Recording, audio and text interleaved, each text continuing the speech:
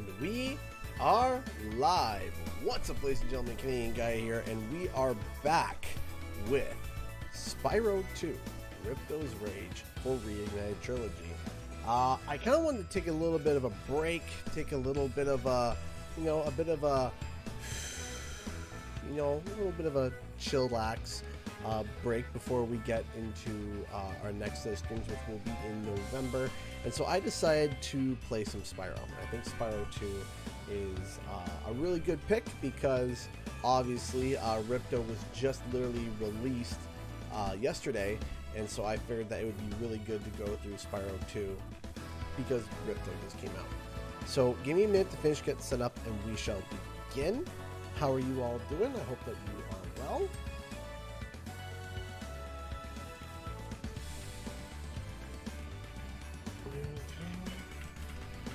I saw some people talking about Ripto. Personally, I think he is really good. I do think he needs some tweaking, but I don't think he's the worst.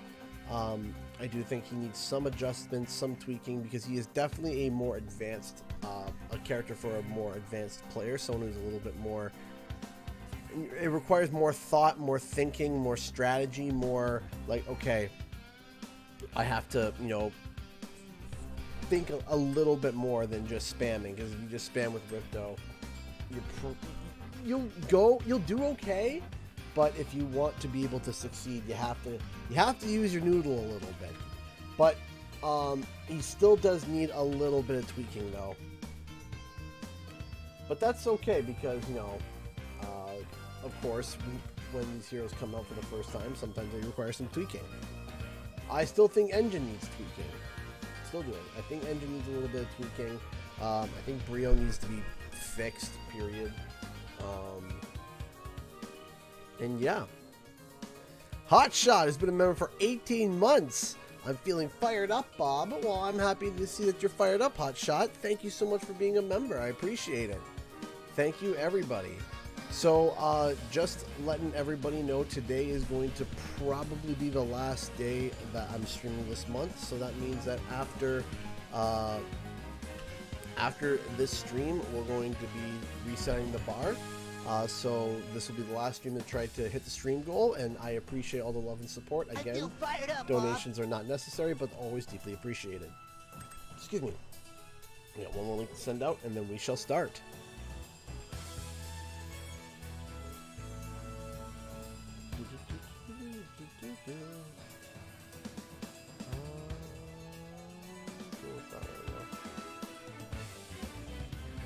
Almost ready to go.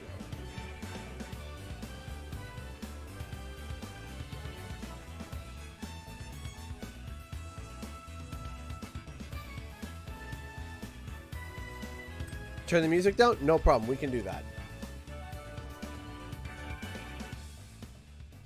Is that a little bit better for all of you? Is that a little bit better? I hope so. I hope that's a wee bit better. There we go. Ripto doesn't need a lot more health because he's supposed to be squishy. That's the point, is that he's supposed to be squishy. He's supposed to be able to get absolutely destroyed. You're supposed to hang back, right? So again, if you guys need anything adjusted, let me know and I can do that. And here we go. Let's hop into Ripto's Rage. Just make sure that the cursor is over here. Is this rain ever gonna stop? I've forgotten what the sun looks like. We should go on vacation. Somewhere warm. Somewhere sunny. Oh, I wish. Dragon Shores, yeah. I haven't been there since we kicked Nasty Nork's butt. How about it, Sparks? You up for a vacation at the beach? Last one there's a Nork.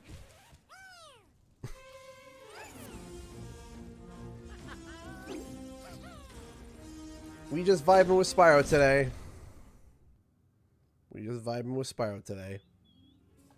Is it working, Professor? Almost. Just a few more adjustments to these orbs and... Maybe this isn't such a good idea.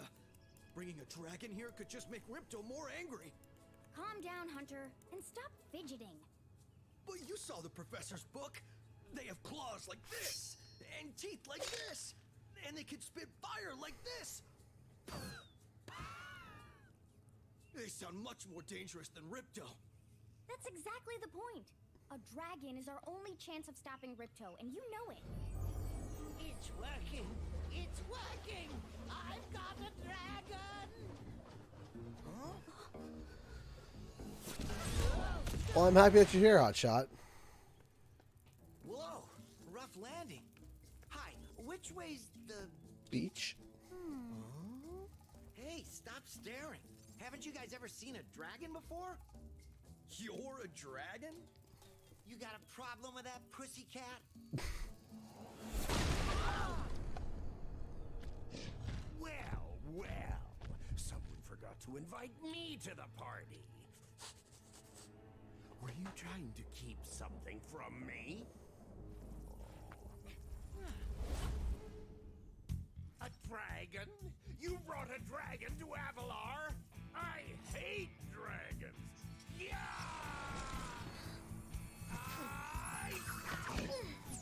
Crush! Kill it! Kill it!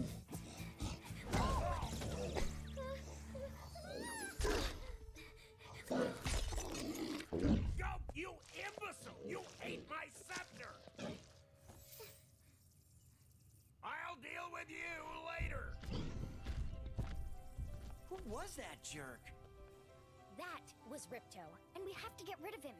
He's causing all sorts of trouble around here, but I haven't got time to explain. Yo, it's the dude from Crash This Team Rumble. magic guide to Avalar. Yeah, It's that's where all he's we can from. do to understand our worlds. Right now, I have to follow Ripto and see what he's up to. I'll meet you in Summer Forest, okay? Hey, wait a minute! How do we get ourselves into these messes, pal?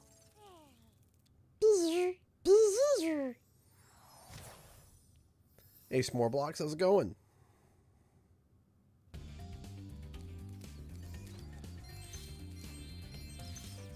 Alright, so I think everything looks relatively okay. Hi, Spyro! Welcome to Glimmer! Unfortunately for us, a mob of lizards just showed up and started stealing all of our gems! Can you stop them? Sure. Did I do anything special? No, I'm trying to, you know, I'm trying to, you know, I always try to talk to people on chat. Why does he really hate dragons? I think it's because he's had a negative experience with them, which implies that there are other dragons elsewhere. Huzzah! Which I think would be really cool.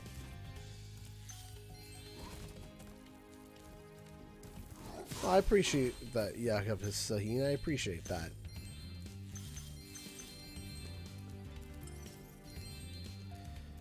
No, I kind of like Sparks being kind of just, you know, the sassy background that does, you know, sassy buzzing, you know.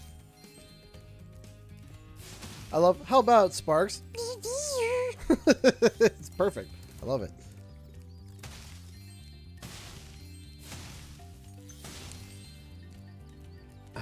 It does feel nice to be able to, again, just relax. Just relax, play some Spyro. He's a good buzz boy. He's exactly right. He's a good buzz boy. I'm a friend of Alora's, and she asked me to help you out. Whenever you find me, I'll remember your progress. Like this. That zap means that if you get into trouble, I'll return you to this place. See you around. Thank you, Zoe.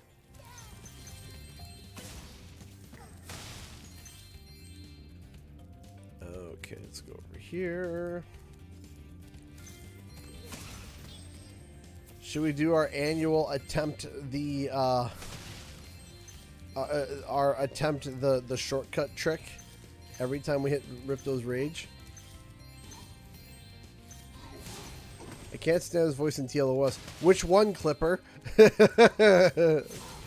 Which one? David Spade, Billy Crystal, or was it Arsenio? Arsenio Hall, I think? I can't remember. All of them. Well! Hold It was a Billy West? Sorry. Billy Crystal. Oops. Billy West. Wrong Billy.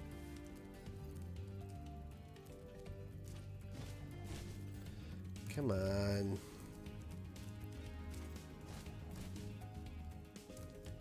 Wayne Brady. Wayne Brady. Wayne Brady. That's right. My bad. Come on. We can do it. Come on. We've done it on accident a number of times. Come on. Come on.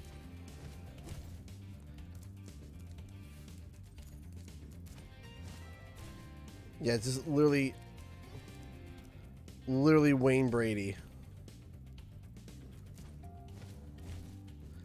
Come on. I used to be able to do this decently well. Come on. Let me up. Let me in.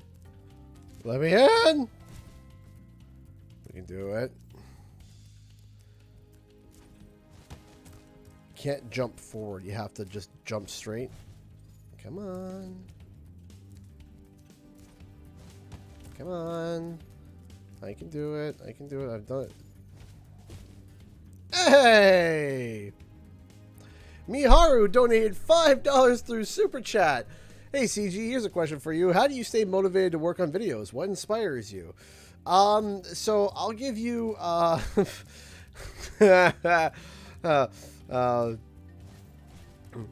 give you two answers.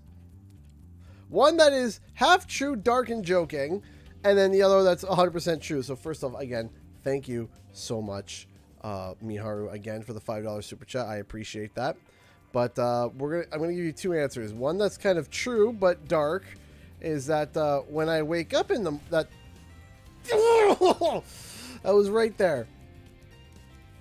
When I wake up in the morning, I have I have 3 kids that look at me, that rely on me, right? And it's if it's like, hey, you're not motivated, you better be. You decided to make this your full-time job, so get motivated, right? And there is a digging deep, and there is an aspect of digging deep and really having to, some days you have to push, and it is not easy and it is not hard, and you literally have to Hulk your way through a brick wall to be able to get the day done. And that happens. And I do have that fuel of, I have I have 3 sets of little eyes on me that are relying on me to be able to go out and do this. That's the honest truth. That is the honest truth. But, there is a little bit of a dark aspect to that, because it's like, sometimes you have to push through even though you don't want to. However, something that helps me beyond that, beyond looking and saying, okay, they're relying on me, I have to do this. I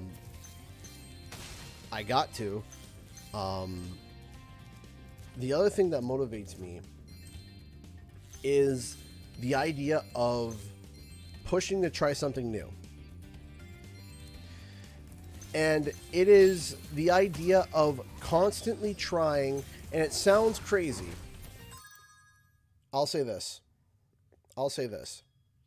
And this might sound crazy. This might sound ridiculous.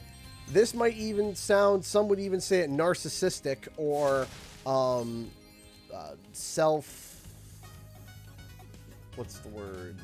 self-indulgent, I guess would be the way to put it, is that when I'm trying to create content, my mindset is, how can I push the entire fan base a little bit further towards something?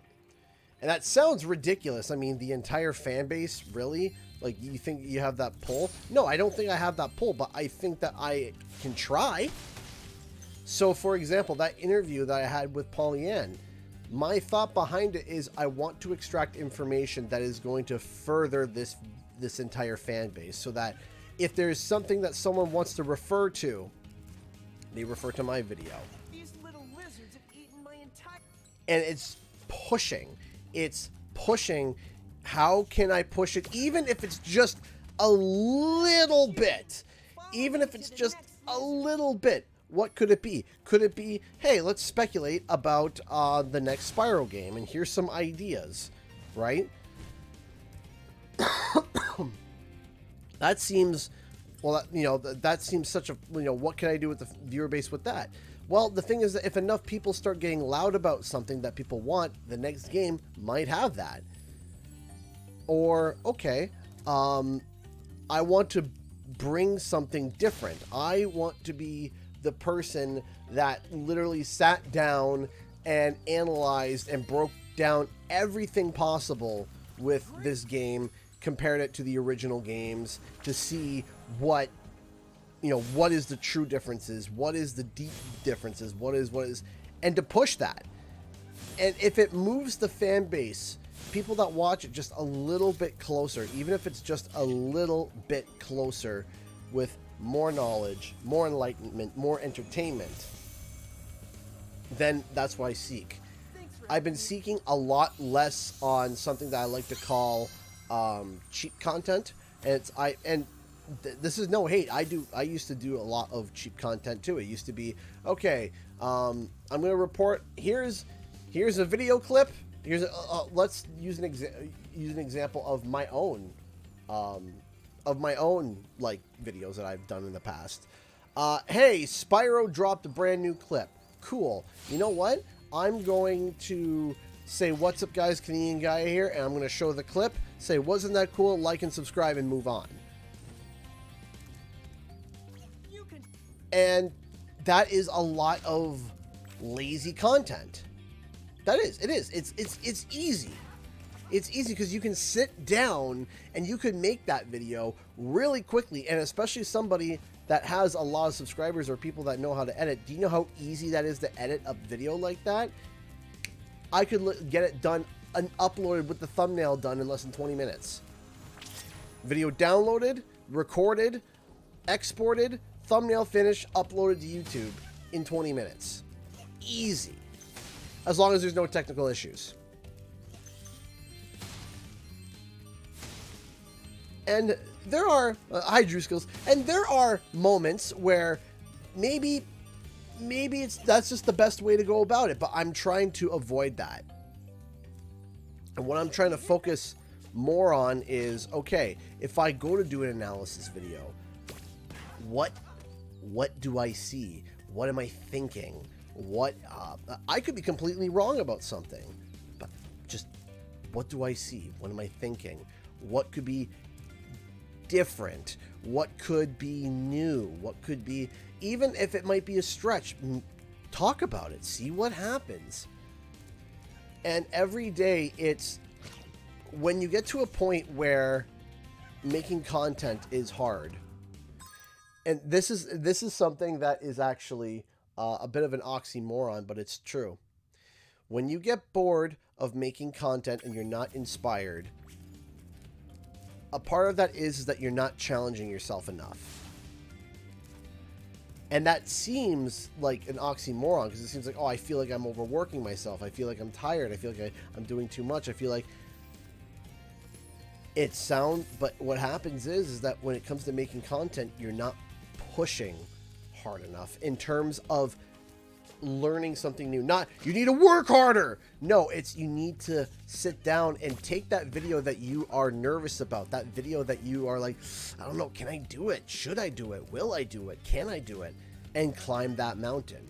And 9 times out of 10, that video that requires you to climb a mountain for it to be completed is most likely a great idea. Hey, you've saved my crop of gems from the lizards. Here, take. You can actually go back, and actually there's probably some people in chat that can quote me. I don't even remember the exact stream, but I know for a fact there are people in chat that were there during the stream. of me explaining that I wanted to do that Spyro Iceberg video, but I felt like I couldn't because I didn't have enough time and I couldn't do it, and I don't know if I could get it done on time, etc., etc., etc., etc.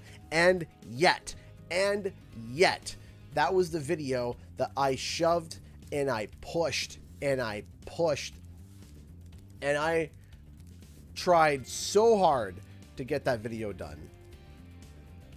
And guess what? I got it done, and honestly, it felt great. It felt, hey Chitora, how's it going? I saw you here earlier, but just making sure that you are welcomed. But I pushed myself so hard to get that video done, and I disciplined myself, and I scheduled, and I tried, and I messed up. I made errors, but I pushed out, and I pushed, and I pushed, and I pushed, and I got the video out, and that video inspired me because that was one of the best performing videos that I did in such a long time. That video has cracked over 40,000 views and is still going. It's still going, and it's still climbing, and people are still commenting, and people are still watching. And seeing that inspired me.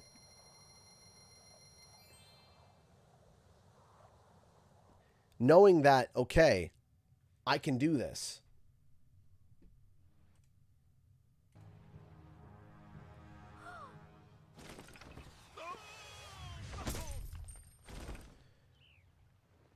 Oh no. Oh, hello. We didn't get a chance to introduce ourselves before. My name is Alora. Hi. I'm Spyro. Do you prefer the Reignited or original PS1 Spyro? Give me 1 second. Let me finish the cinematic. Come on, you dork. Oh, sorry. Did you meet the gem cutters in Glimmer? Yeah, they gave me a souvenir too. They called it a talisman. They gave you a talisman? What, is it special? I just stuck it in the guidebook you gave me. Turn the volume up a little Well, bit. Okay. There are 14 talismans in Avalar. Okay, and they are I'm all gonna wait because I don't want it to If skip. I can collect enough of them, they can be used to defeat Ripto. Hunter, where have you been? Oh, I got a little lost. Spyro's gonna help us collect the talismans. I am? He is. Spyro, look. There's no way you can get to Dragon Shores right now. Ripto and his monsters have taken over the castle here in the Summer Forest. You're going to have to go to Avalar's worlds and convince the inhabitants to give you their talismans. You can keep them in your guidebook. Hey, I could do that. Why doesn't the dragon just torch Ripto? Hunter, you can't even keep track of your running shoes. How can we trust you with 14 talismans? If you come across any orbs, they're important too. But I'll tell you about them later. Okay, no problem. I'll collect a few talismans, give Ripto the old hot foot, and be in Dragon Shores by lunchtime. Oh my gosh. Hotshot just donated $100 through Streamlabs. Might not fill the bar, but every bit helps. Dude.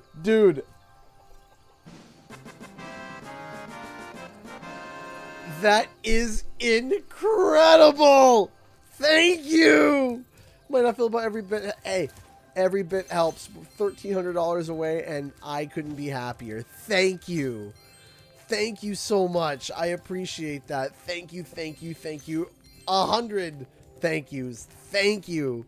Thank you, Hotshot. I really appreciate that, man. Thank you. Thank you so much for the support. That is absolutely awesome of you. I am...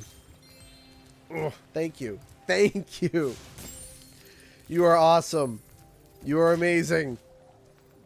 Thank you, everyone, tonight for supporting as well. Thank you. Thank you. Thank you so much. There are portals to many of the Avalar. So, so if you were to sit down and rank all three of the games, I prefer Spyro 1 Reignited over the original. Absolutely. Spyro 1 Reignited, to me, is like the definitive way to play Spyro. I love Spyro 1 Reignited. It is my favorite remake out of any of the trilogy remakes of all time. In my opinion, it's as close to a masterpiece as possible. Spyro 2, I would say, is on par with the original Spyro 2.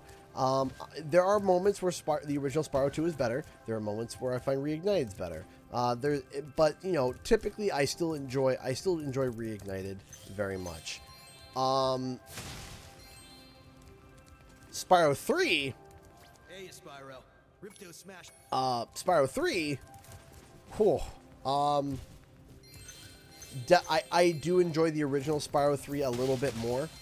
More specifically, a lot less bugs, a lot less weird design choices. Very, overall, just a better product for the original game, definitively. Especially since a lot of people consider the original Spyro 3 the best Spyro title in the original trilogy. So that was something that was a little bit of a letdown. Still good, still fun, but definitely felt, you could definitely see the bar of quality drop down a little bit. Around $5. Thank you, Ori. A funny thought. How did Hunter lose his running shoes? I assume it was an embarrassing way, based on how Alora described it. Yeah, and he must have them gone for a while, because when we did the flashback scene, we didn't even see him with his running shoes. Hi, Spyro. You look like you're pretty agile. Let's try putting it to a test. What is your best part about interviewing with Pollyanna about the new Spyro 4? Well, we didn't talk about the new Spyro 4. Okay, not bad. But just in general, talking with Pollyanna, finally, I've spoken with Paul, you know, a number of times in the past, but it was always in, whether it was recordings, like off-camera recordings where I could only transcribe it, or in person, or, you know, whatever the case may be. So to be able to sit down and have an official on record with him, his voice, his face, having a conversation with him directly is something that I absolutely love. I love that aspect. It was just so good to be able to finally sit down and be like, Paul, you know, because Paul is such an influential person in this community. He's so big. And to finally have him as that high quality interview, that high, not high quality, but high caliber. Like, he is massive. So that's something that's absolutely amazing.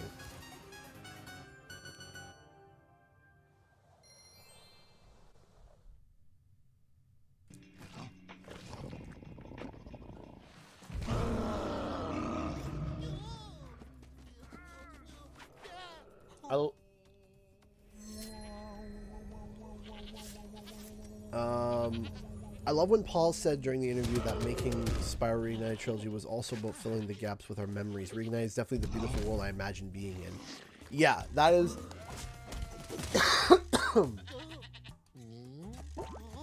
you know, what I really loved was when he sat down and he said that they did the comparison where they put side by side, and they were like, yeah, it looks fantastic, it looks great, and then they pulled away the original and they were looking at it and they were like, man, you know, it's not enough, right? We talked to Moneybags when Icy Speedway doesn't seem to open the speedway. You have to change the dollars if you did. Yeah, I haven't gotten that bug, but I'm sure that I believe, was that Spyro 3? Can't remember if that's Spyro 3. I think it is Spyro 3, I think. Probably is. I'm just but yeah, it was literally a magical moment to be able to sit down and talk with Paul and be able to be like, hey, you know, what was your thought process? And, you know, what was interesting was the question that I asked him, and this is what I mean by what I said before about the way I ordered the interview. What I asked versus what they said was something that was way better than what I expected. Oh, was it Spyro 2? Okay. And that was what that thing was I asked him, I said that the question that I asked him exactly was that when you compare Crash Insane to Spyro, Crash Insane is seen as like very much the textbook remaster, but Spyro very much pushed that limit. Where was the limit as to, like, when did you know when to stop and when to keep going? That was my question. And each time you defeat... His answer, I felt like it answered my question, but there was a much interesting way to present it than what my question was asking. And the fact that he went back and referred to Vicarious Visions and how when they were having that conversation with Kara about how it was remaking the memories and not necessarily just the game itself, right? And so when he said that, to me, I was like, man, this is a really, really, really good piece. And it answers more than just me asking, when do you know when to stop and when to keep going? Because his answer was way better than the question that I asked. So that was one of the first moments in the interview where I was just like, man, Remember? there's a way that this could be presented so that it's even polished up even more, so that the wording of it, so that the presentation of it gets across even clearer than it was before I asked my question. And that's why I completely changed the way I was going to do my interview, was because it went a direction I didn't expect. I got information that I didn't expect. I got answers to things that I couldn't imagine. And I thought that that was something that was really, really, really special. Even though I'm a vegetarian, I think you should torch that Yeti. He's pretty tough, though. In fact, I'm not sure you're up to it. How did you feel when he reverse carded you on the final question? Let me tell you something. Hi, Carter. How you doing? Let me tell you something. When he reverse carded me on the Uno reverse, The Yeti was tougher than that. that was something that I did not expect. Anyway, I was just guarding our sacred talisman to make sure the Yeti didn't eat it. When I got Uno reversed, I was just like, what? I was like, what? How did? Who did? Why did?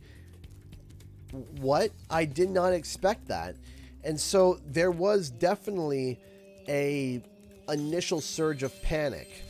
But in the past, people asked me, people have asked me that question before. And so when I took a couple breaths, I was like, okay, there is something that people have asked me this before, and I have given this answer, and I was able to essentially just get it out, right?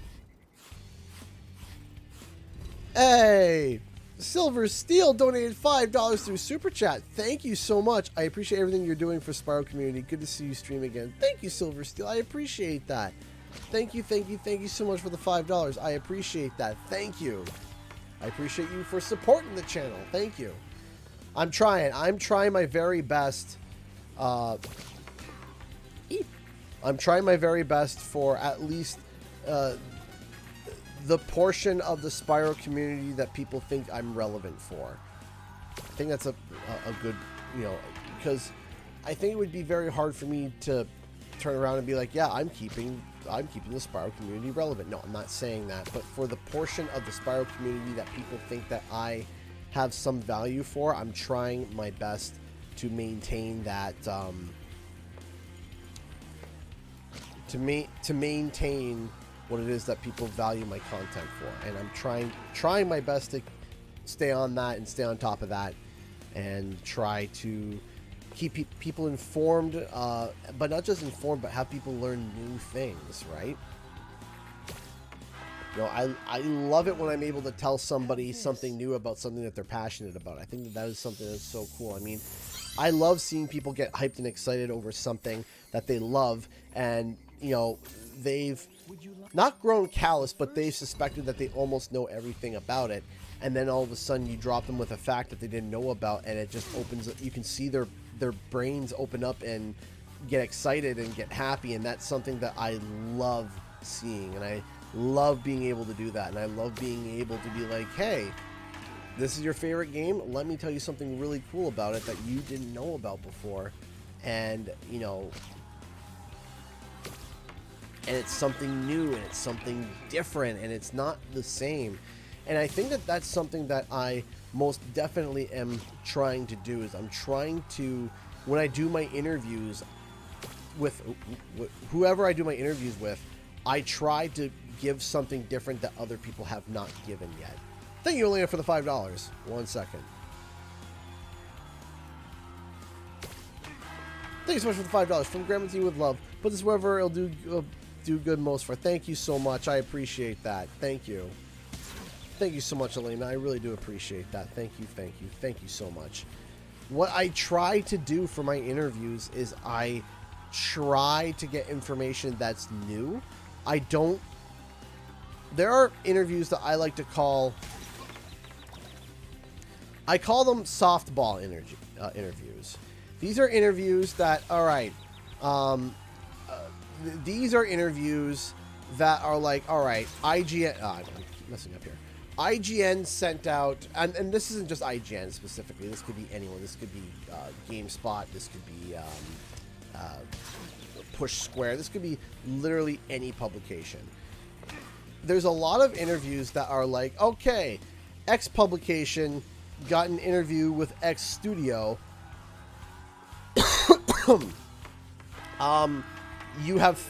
You don't know much about the studio, but you have 30 minutes to learn as much as you can, and then ask questions based off of that. And so what happens is that these interviewers, they have 30 minutes or less to figure out questions to ask the lead producer, to ask the director, to ask, and a lot of them are cut and paste questions that a lot of people either already know the answer to, or are kind of, I don't want to say not useless, but kind of assumed. Like, there was a couple interviews when it came to Spyro Reignited that I remember groaning about, and I remember thinking to myself, like, oh my gosh, I want to know more. I want to know more.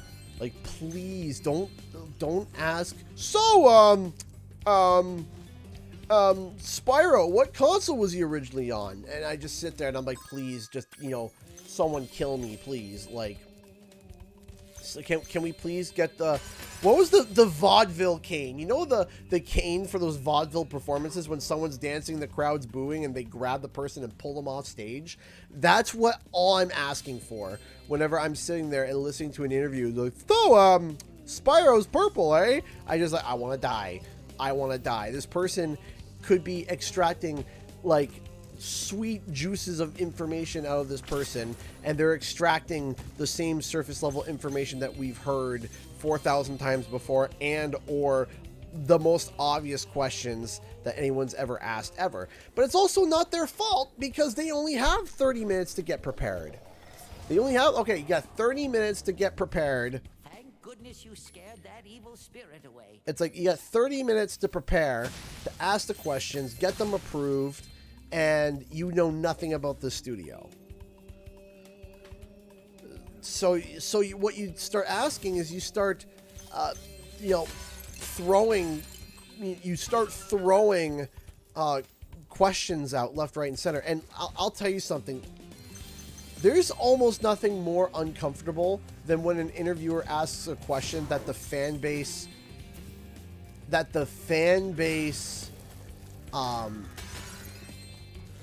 they ask a question and the question is like wrong. And I'm not saying this happened, but an example of that would be like, Spyro started in the Legend of Spyro series. So what makes you guys think, what are you guys doing here, right? Now, I'm not saying that question was ever asked, but something like that. Something like that, where it's just like, oh my gosh.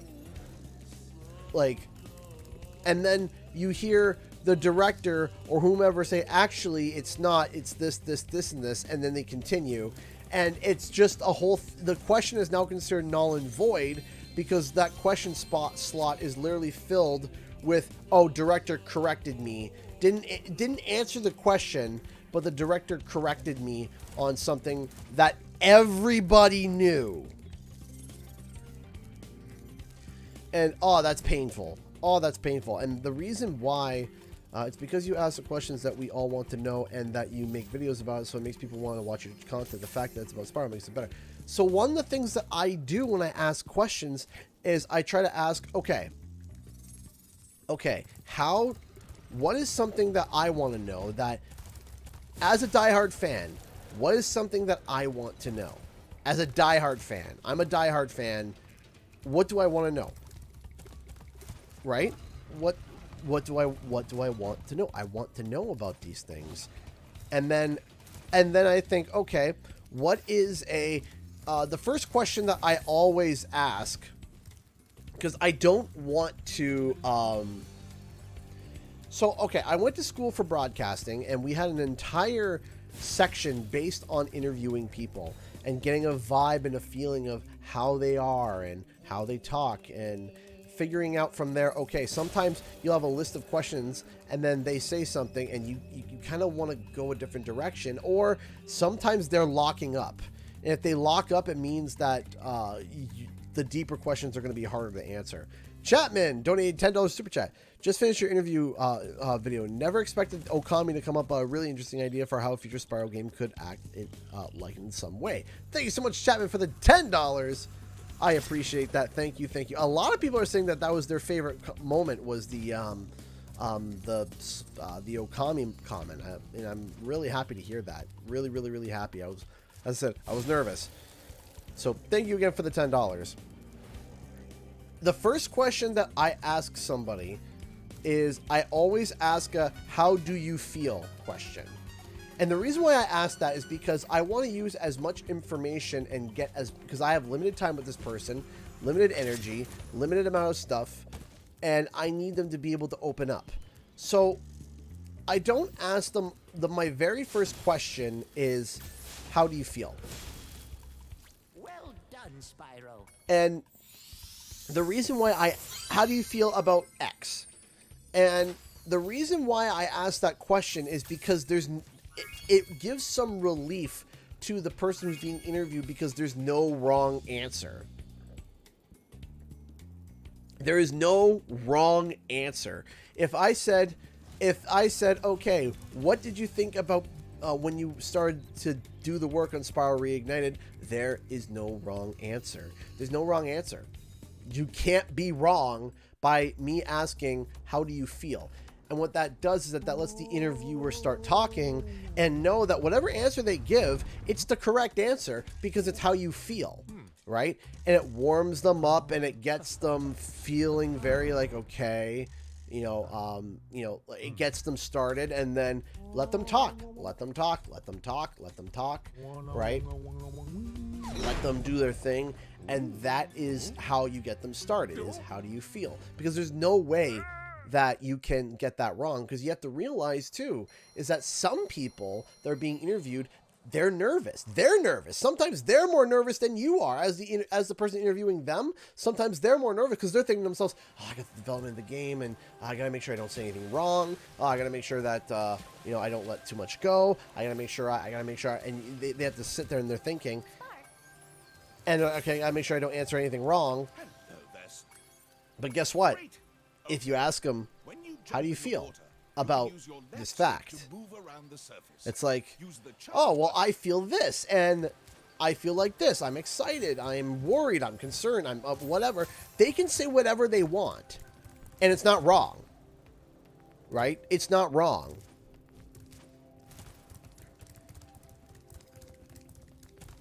It is not incorrect, and what it does, it gets them comfortable. Then what I do is that I put up the simpler questions first, but I put up a question that I want to lead into a question that is going to be, it might be a little bit of a softball question, but it will lead to a deeper question that I want to ask later that people want to know, right? Spyro 3, you can get the epilogue, Ripto, or together team up together for a potential new game. Could this mean that they're coming back in Spyro 4? If so, how? I do have a Spyro 4 video in the works, another one, a new one that's talking about how that can all be done. So stay tuned for that. Was that why you didn't ask about Spyro 3's end product to keep it at ease? I kind of wanted that issue. So when I asked for the interview, it was not about. When I asked about when I applied for the interview, it was about specifically what Paul Yan kind of worked on, right? I wanted to hear from his point of view. I did not want to, but he did, if you think about it, if you go back and you look, what I do is that I leave gaps open for somebody, for the person doing the interview to let the fans know what's going on. I leave gaps open. And I let them go there. And if they don't go there, it means that they can't go there. So I asked, hey, if you could take Entropy's staff and go back in time, would there be anything that you would change? And clearly, of course, they have seen the feedback and the backlash from Spyro 3. Clearly they have, right? So I'm sure that's something that might be on his mind. But I left that open for him to go there. If he doesn't want to go there, it means he doesn't want to go there. And ultimately, you want to be able to extract as much information from your subject as possible without making them feel uncomfortable. Right? If you sit there and they start to feel uncomfortable, the questions, this is how, okay. You ever see an interview with one person and the interview is like 45 minutes long, and then you see the same person get interviewed by someone else and it's like 8 minutes? Or like, 5 minutes and that's it? Right? Sometimes, not all the times, but sometimes what will happen is that the subject who's being interviewed, will be pushed too soon, made uncomfortable too soon, and they don't want to go there anymore. They don't want to go there. You can't. And then if they don't want to go there, you can't bullhead them into it, because then they just won't interview with you again in the future. And if you ever try to get another interview opportunity again and no one says anything, then yeah, you won't be able to get another opportunity to interview. So it's a balance. It is a fine balance. It's talking with people, building a relationship, and understanding, like, okay, this is how they feel about this. Don't push the subject. And what's also good, and this is something that I give advice to everybody. And this is advice to anybody who's going to do any interviews ever. In fact, I'm going to pause for this. If you ever are going to interview anybody ever, you do your darndest, your best, your absolute most possible way to get the questions to the subject before they answer them. Make sure that they have read the questions that you're going to ask. Make sure that they understand what you're going to be asking. Because what's going to happen is that you're going to avoid the questions where they say, actually, I'm not comfortable with asking that, with being asked that. And you know what you do? You say, you know what? No problem. We want to make sure that you are comfortable. We want to make sure that you're okay. That's our goal. Nice work, Spyro. And guess what? They feel happy because you didn't ask that question. I have no idea what that is, Carter. I'm sorry. And that's the thing, is when you ask somebody that question, and then what happens is that if they warm up to you and they like the way the interview's been conducted, I noticed that sometimes these interviewers will give a little bit more information than what they will give for other people. They'll give a little bit more. They'll be like, you know what? Yeah, this person's got me relaxed. This person's got me feeling fine. This person's got me feeling, pretty laid back. You know what? I think maybe I'll divulge a little bit more than what I typically would. Like, for example, I want to ask you guys something. If you guys saw my Loose Start interview where he talked about Crash Bandicoot 4 and how he was terrified. He was terrified that Crash Bandicoot 4 was going to be too easy. Tell me in what other spot that he ever shared that story. Anywhere. One other interview, one other talk, one other anything where he expressed his worry about Crash Bandicoot 4 being too easy.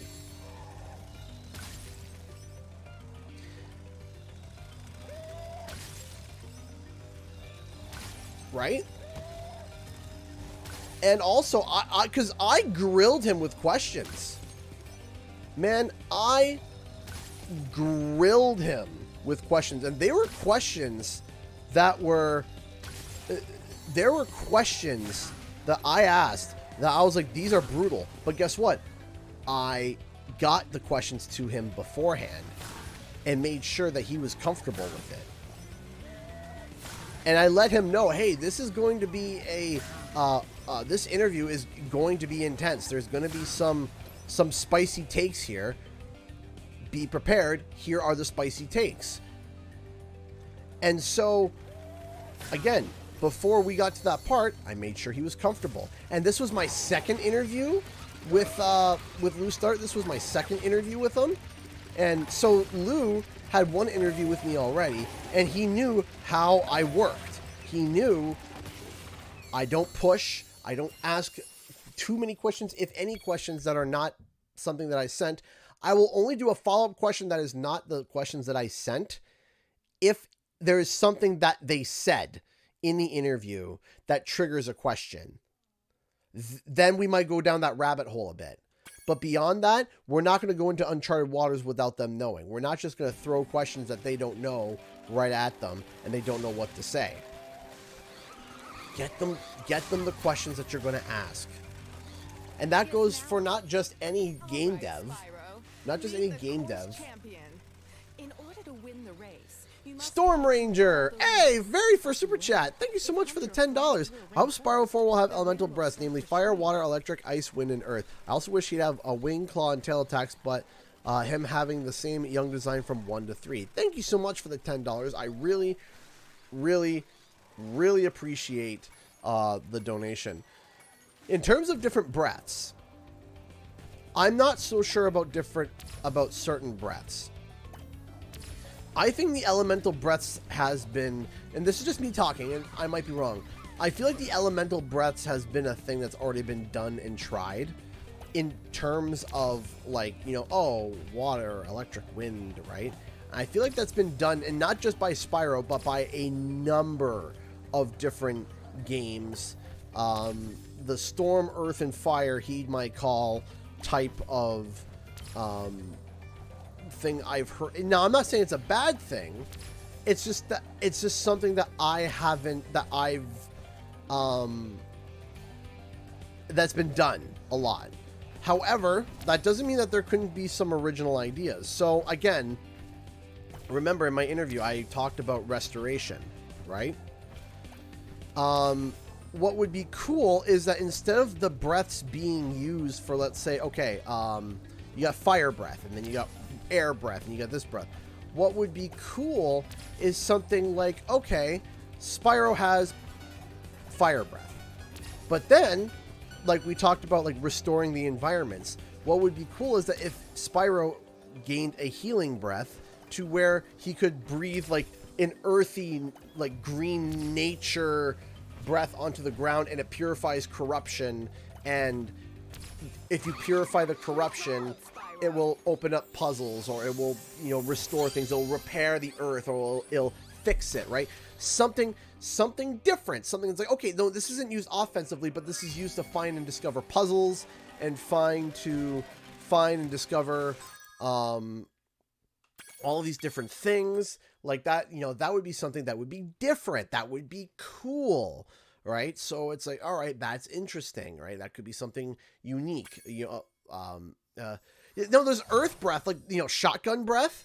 You know, yes, there's shotgun earth breath. What I'm talking is that this doesn't deal damage. What it does is that it restores areas in the environment, right? It like heals it, right?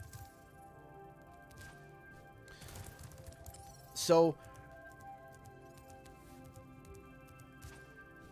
something different, something a little bit interesting. And what I thought would be really cool too is what would be interesting is the introduction of so exploration focused mechanics instead of just for combat. Yeah, exactly. And that's something that I think would be really cool. So something that might be for more exploration, right? Or something that's more maybe something else for combat, but something that's a little bit different. Just different ways of going about the game. I think it would be really interesting, right? You could also do stuff like almost like I don't want to say like Breath of the Wild, but you could also do something where it's like literally like a time breath, where you could like you got like moving platforms, and when Spyro breathes, like, you know, hits it with the time, it slows it down or stops it. And in combat, if Spyro wants to, he can hit them with the time breath, they freeze, and he can shift. Like, let's say they have armor on their front and they're really fast and they're able to like, Spyro is trying to charge and hit with the fire breath and he keeps missing, but then you hit them with like a dragon time thing and they freeze and you can get around to their weak spot and hit them. You could do something like that. I don't want just your typical regular here are the elemental breaths, unless it's done in a way that's not just deal more damage to the enemy. It, you know, it would be cool to be able to have stuff for exploration, stuff for you know, maybe partial exploration and partial combat.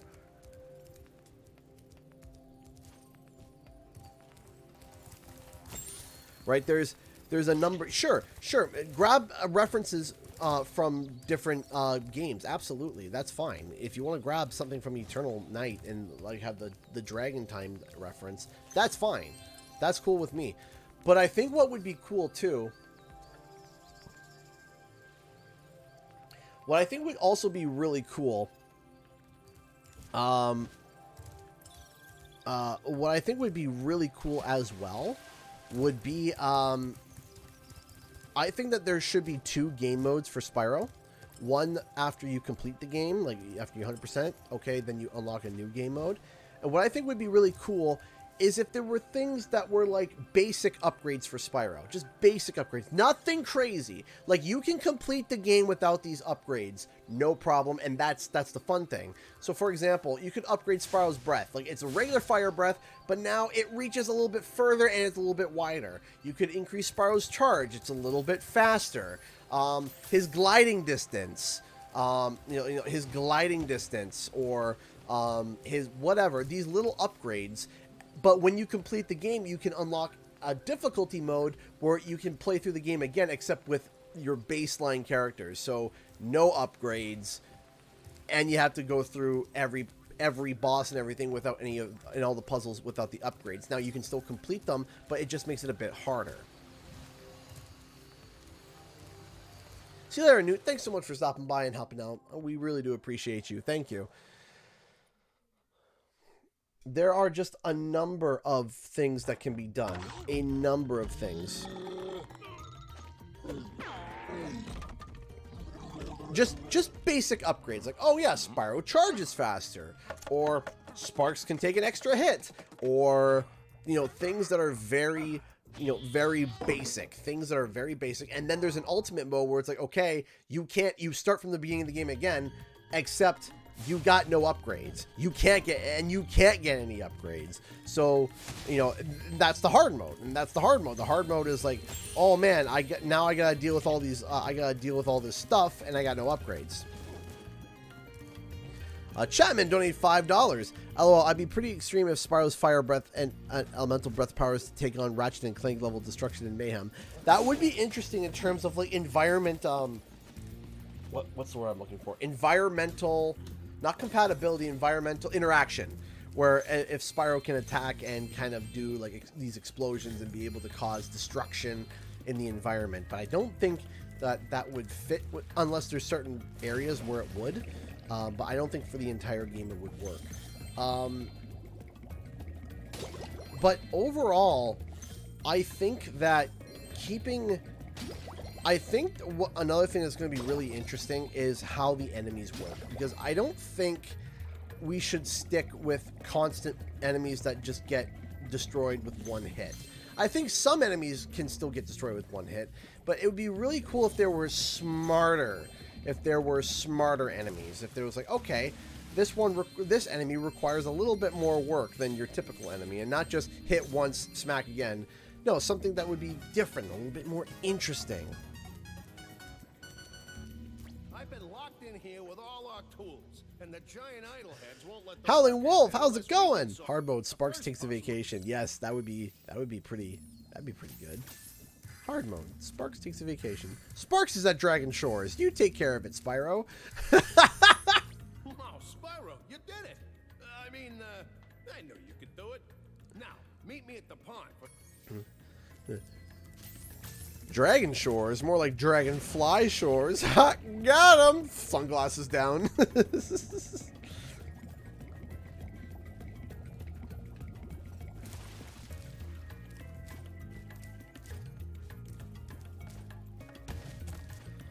So, to let you guys know, and I tweeted this, I literally sat down and I charted out almost an entire Spyro 4. I mean, I charted out the boss fights, I charted out what the story plot is, what the purpose of the plot is, the character development, the mechanics, and I plotted it all out, and I have it all plotted out. So this is all fresh. Hey, Crazy Canuck, how's it going? So my current idea is very much fresh on my mind. You know, Charles E donated $1 through Streamlabs. Coming up with a story/gameplay gimmicks for Spyro 4 is tricky. Crash ended with Crash and Entropy as babies, so it was easier from the follow-up there. But Spyro 3 just ended with the Dragon Hatchling, so where to go from there? Scratch his head. Very easy. Very easy. Very, very, very easy. So this was a puzzle that I thought about beforehand, and the puzzle was, okay, when I sat down and I thought, the first thing I thought about Spyro was, what was the most fun collectible? What is the most fun collectible, period? Out of all three games, what was the thing you're like, oh yes, I'm happy to collect that? Well, the answer is dragons. I mean, I don't think that is up for contention. I don't think anyone was like, oh man, I was so happy to collect orbs over dragons. Orbs were so much more fun than dragons. No. The answer is dragons. The answer is dragons. So, okay. So if the answer is dragons, we're focusing on that plot mechanic. We're focusing on that game mechanic. The game mechanic is we want to collect dragons. Okay, so how do you collect more dragons when they've already been saved? So you have to think plot-wise. Okay, how do you do that? And then how do you do something differently? How do you do something that is unique? And what I came up with is introduce new dragons. Okay, so how do you introduce new dragons? And then you start to figure out, okay, how do I introduce dragons? Okay, all right, and then you start your brain kind of starts ticking, and you're kind of thinking, you're like, okay, how do you introduce dragons? Well, you could introduce dragons by introducing a brand new clan. Okay, how do you introduce the new clan? How did they get there? And then you start building from there. And then the second thing that you come up with is, okay, how do you, and the second thing that you do is how do you create a second collectible? Because, you know, you got gems. I guess it would be a third collectible. You got gems, you got your dragons. There's typically a third collectible. And in Spyro 2, you have your talismans, which is completing the level. you have gems, and then you have orbs. Those are the three, right? And so the question becomes, okay, can we do more, right? What could we do for a secondary, for a third collectible? So you got dragons, you got gems, you gotta do something different, right? You gotta do something different. And so, what do? And I thought to myself, wouldn't it be interesting if these secondary collectibles interacted with the dragons? Microtransactions. No. And so what I thought would be interesting was like, okay, what if these, in order to be able to complete the game, you have to get the dragon, but there's also something else that you have to get. It's like, okay, what would that be? And so what I thought would be interesting was, okay, what's something small and inanimate that could be connected to the dragons, and why would they need it? And I thought to myself, you know what would be interesting is that if you look back at one of the interviews that they did for the GDC, one of the interviews that they did was that they wanted the dragons to be able to walk around the home world. That's what they wanted to do that. And I was like, oh, that's such a good idea. But they were like, no, we can't do that. That's too heavy. That's too big. That doesn't work. We're not going to do it. And that's fine. That's fine. They didn't do that, even though, albeit I would have thought that would have been epic. Fine. They didn't do it. So what if we could do it? They clearly wanted to do it. So what if, after you saved the dragon, they went back to the homeworld?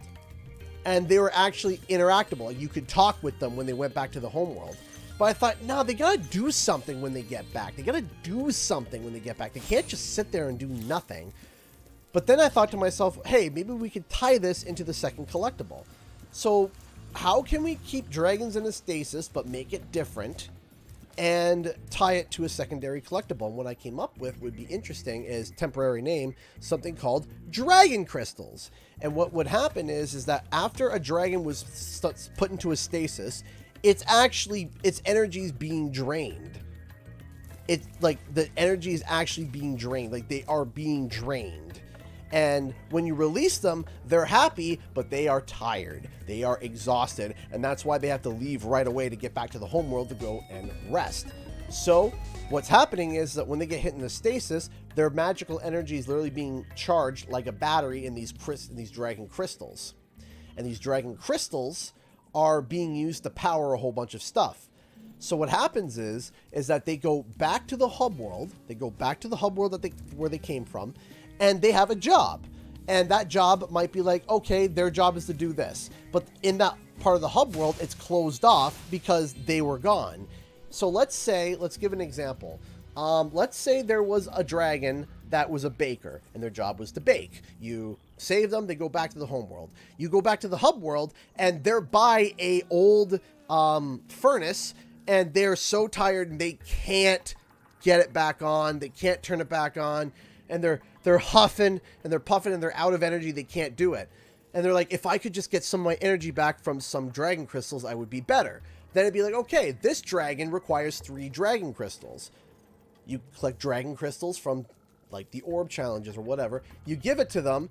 They get energy back. They're full back. They're like, ah, beautiful. And then they can go and they are able to, start up the forge. The forge burns away all the destruction and all the stuff, and they rebuild it.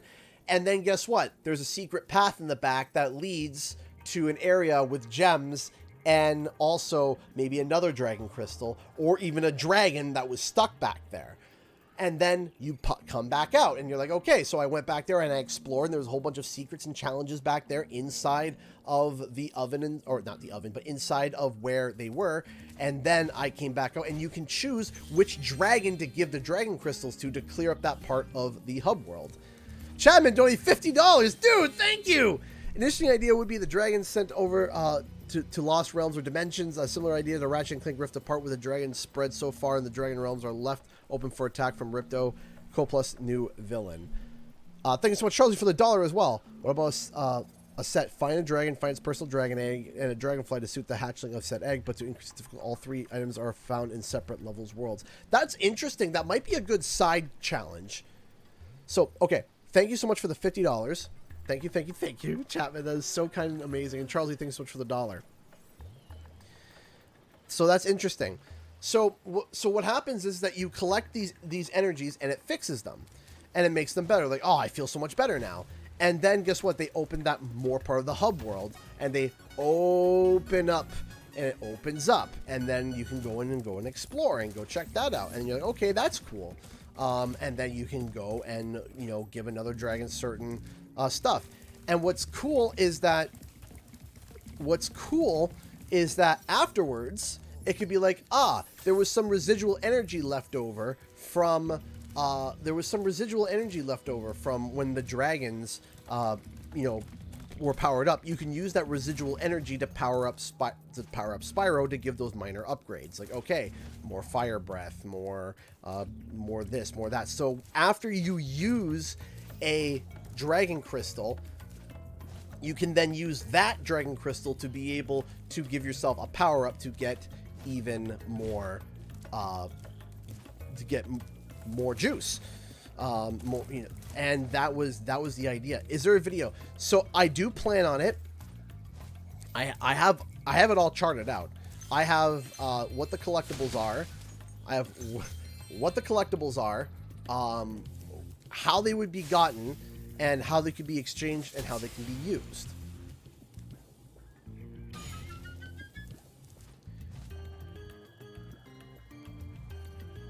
Also, for but this allows Toys for Bob to start from a clean slate. I think that they're, you know, right now the temporary name that I have for my theoretical Spyro 4 is Spyro 4 The Eternal Realms. So you have the Dragon Realms, you have the Forgotten Realms, and then you have the Eternal Realms. And that would be and what would happen is the end of the Eternal Realms, the end spoiler would be is that there's even more dragons out there, and there's different kinds of dragons. They're not just the four-legged or bipedal dragons. There are Asian dragons, there's Western dragons, there's Eastern dragons, there's sea dragons, and the end is the revealing and finding out that there are many other dragon worlds and universes out there. But the problem is that the end of the first game would be an evil set of eyes looking at Spyro from a distant planet and then it fading to black. And what that does is that it keeps the game open for any future, any open story, so that if Spyro wants to go and explore those different realms, if he wants to go and see and figure out, hey, what could we do, you know.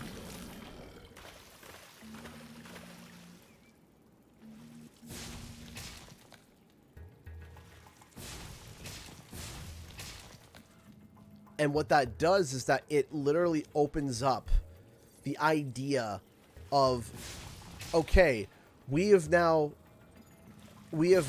opened up the game so that if Toys for Bob doesn't make another one, or if it's picked up by someone else, you can continue where they left off, and the possibility is all there. The possibilities are all there. Okay, Spyro, just one more puzzle to go. I'll meet you over by the colored stones for your final challenge. Right, and that's the thing, is that you are opening it up, but you're not opening it up to a crazy amount. There's different worlds out there, there's different places to go, and that's why I said in my previous videos they would be the nomads, and their clan would literally be about charting the universe and exploring and finding and searching for things. And when they find and search for all of these things, you know, when they reunite with the regular dragon clans, they say, by the way, there's more of us out there. There's a lot more. There's much more than we even thought. If you jump on and it leaves it open for anybody to be able to take a story and be able to run with it, right? And it also turns around, and you can turn around and you can reintroduce fan favorites. You can turn around and be like, okay, Nice job, Spyro. you can literally find a realm of dark, you know, Spyro 5 can be finding a realm of dark dragons, and one of those dragons you can introduce as Cinder. You can turn around and you can introduce a new character, old characters, reinvented characters, whatever from the universe, to be able to recycle and reuse and get fans appreciation, but also completely rebuild them from the ground up in whatever way you like. And that's what that does. And what that does is, my mission when I thought of the idea of creating my own Spyro 4 is, how do we end it so that there's open for more? If it were to close, if they said that we did a Spyro 4 and then the story is closed, it would be fine.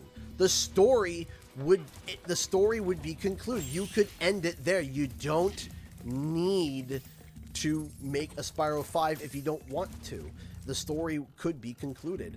But if you wanted to do a Spyro 5, the book is open for you to be able to do a Spyro 5.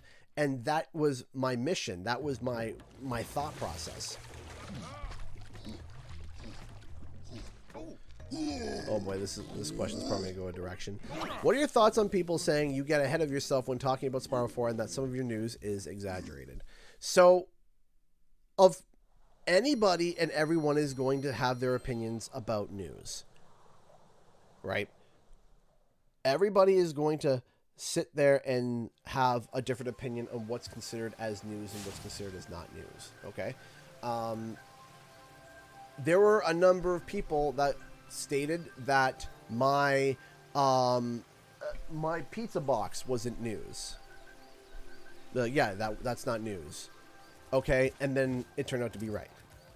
Right? There were a number of people that thought that the Falcon McBob Twitter account wasn't news, and it was news. There were a number of people that thought that I was absolutely just bonkers for thinking that the release date of Crash Team Racing was based off of the dots on the dice. And those were true.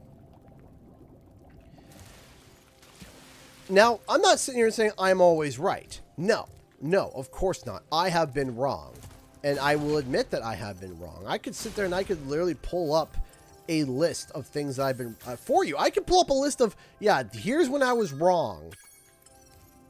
I could sit there and do that. No problem. If you wanted it, I could sit down and literally open up a list of, like, I was wrong there, I was not right there, I missed the point there, I missed the point there, I screwed up here, and I will be the first person to admit to when I was wrong, to when I'm wrong about something. Oh, I skipped that by mistake. I try to make sure to take responsibility. I try. Do I nail everything? No, I don't. I don't nail everything. Do I miss? Yeah, I miss. But to say that I've never hit, I think is also a gross generalization to the amount of work that I do.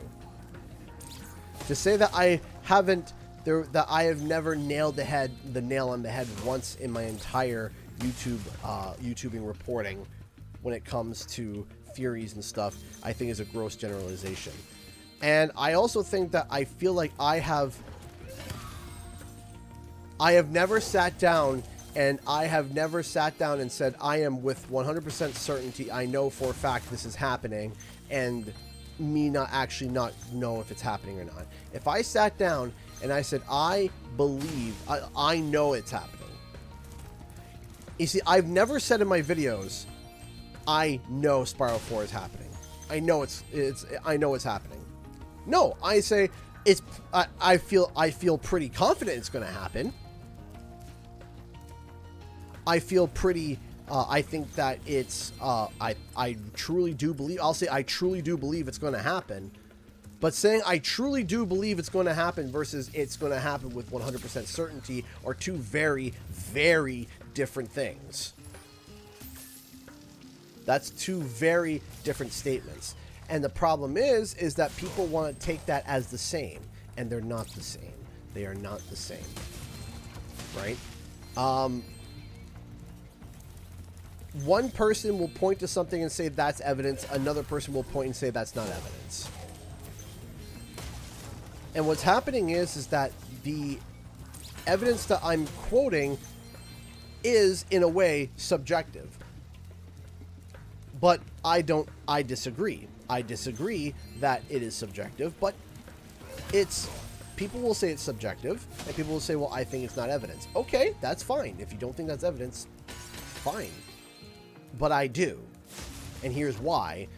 And to say that never once that any of my evidence has ever not brought something to pass, I think is a little bit of a gross generalization.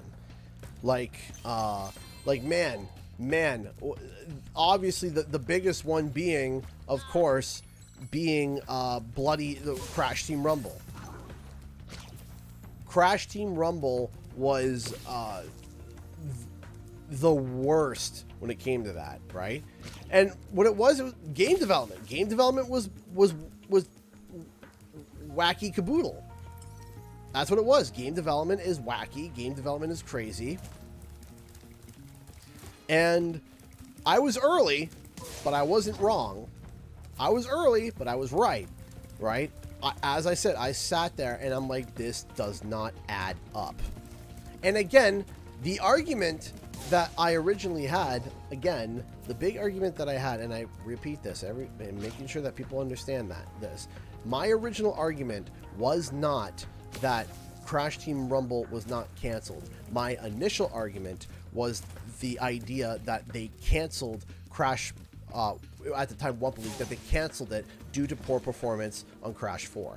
That was my no. That is not true. There is no way that's true. There is no way. And I didn't agree with it. Then then evidence started to come out of them teasing and priming stuff up for a new game, and that's where I shifted to not just that, no, not only did they not cancel this game, but that game is going to be coming. Because I saw the evidence. I saw it, and I talked about it, and I pushed for it, And then, of course, people are going to sit there and be like, well, well, the game's trash, so there. That's what, I know, because that's what people have said. The game's trash, so it doesn't matter. Actually, it does matter, because whether the game's trash or not, it's here and it exists. Right? You can sit there and try to hold on to some resemblance of your original argument about how I was wrong and how, oh, well, the game's trash, so yeah, you predicted a trash game. Okay, subjectively, you can say that all that you like and all that you want, but guess what?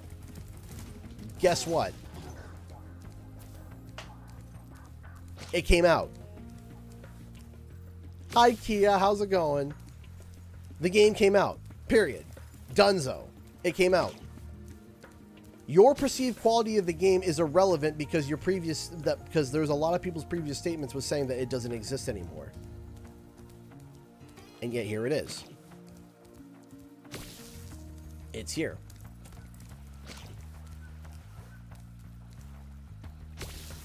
And that is the point of, okay, I have focused on 6 projects in total. 6. I have made one-off videos about some other projects and just kind of speculated, like, yeah, okay, here's the evidence for it. Could it mean something? Yeah, maybe, I don't know. But there were 6 projects that I have spoken about and dove into, and 4 of them have come out. 4. The other 2 is Spyro 4. The ones I haven't come out yet is Spyro 4 and something Sly Cooper related, which I'm still like eyeballing. I keep hearing different things again, so I've stopped reporting on Sly Cooper for now. because things are wonky. There are some wonky things that I've been hearing, and it's too wonky for me to report on it. Way too wonky to report on it right now. Right now, I still hold to the fact that I think that Sly Cooper had something in development, at least something, and it might have been canceled, and that is entirely possible. But I don't know. And if they confirm that Sly Cooper is real, I'm not going to be running around and being like, yes, I was right the whole time. I was correct. You were wrong. No, I am not going to be doing the victory lap like I felt I could have done with Rumble. If Sly gets announced, I'm going to be like, okay, so it was real. Okay, that was kind of weird because I was hearing so many things. Because I won't run around like that and be like, oh my gosh, look how right I was. I'd just be like, okay, that was complicated at best.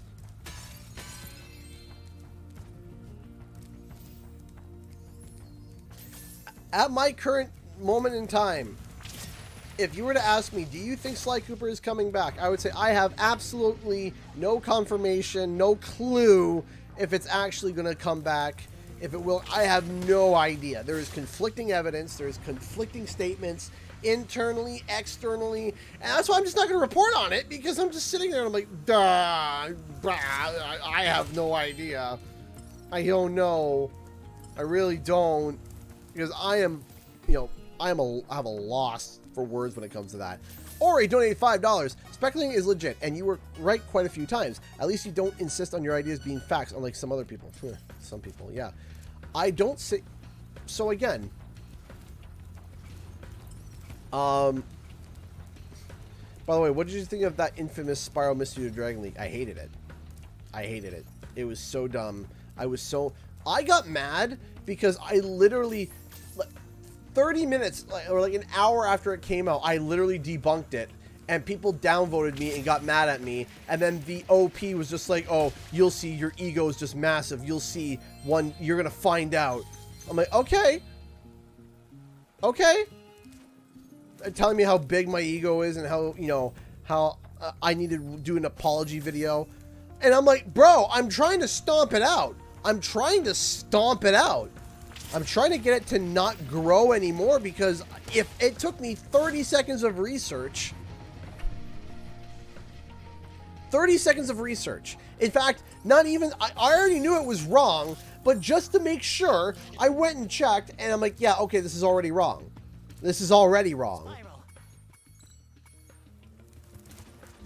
And I tried to stomp it out. I get downvoted on Reddit, told I'm stupid, said I'm going to have to write an apology video.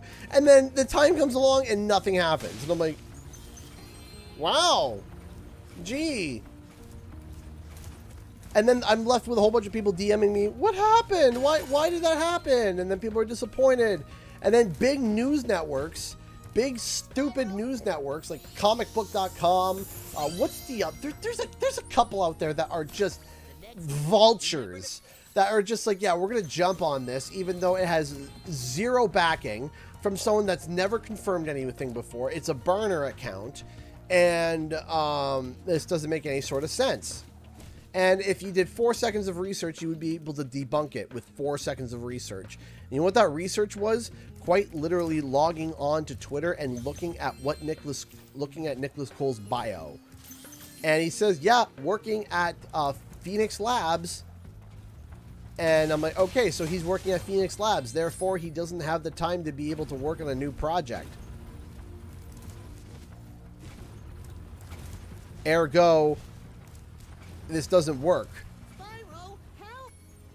And that was just one thing. That's just basic research. Die Hard fan in me literally blew 18 other holes in it. I'm like, release date doesn't make sense, timing doesn't make sense, this doesn't make sense, this doesn't make sense, this doesn't make sense. Oh my gosh, none of this makes any sort of bloody sense.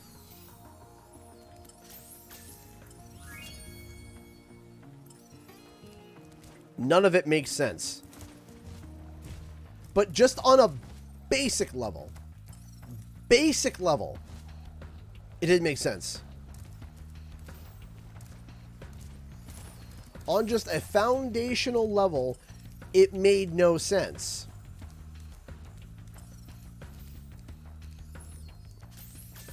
And here's the thing. I would have gladly taken the L if I was wrong. Gladly. Gladly. And I would have made that apology video, and I would have said a thorough sorry and meant it too. And meant it. I would have meant it 100% if I was wrong. Because clearly there's no squirreling out of it. There's no, jumping out of it. There's none of that. I was wrong. And guess what? I would put my hand over my heart and say, I 100%. Well, I 100%. 100%. am sorry. Because guess what? I have a Spyro game now. Okay, I was wrong. Cool. Let's talk about Spyro. Let's talk about, okay, I was wrong. But hey, Spyro 4. Dope. Let's do it. Let's talk about it. Let's report on it. Let's break it down. Let's watch it. Absolutely. But again,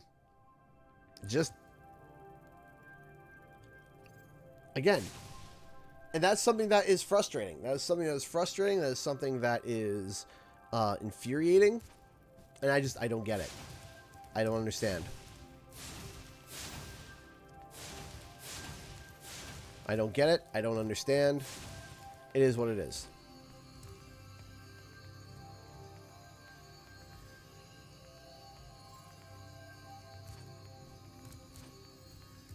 A Reddit moment. This is legit. Okay. I will be right back. I just need to go get some water. It's been an hour and a half. I need to get some water and take a quick pee. So I will be right back, everybody. It is hot in here. Why am I? Oh, okay. So yeah, I will be real quick, right back. Oh.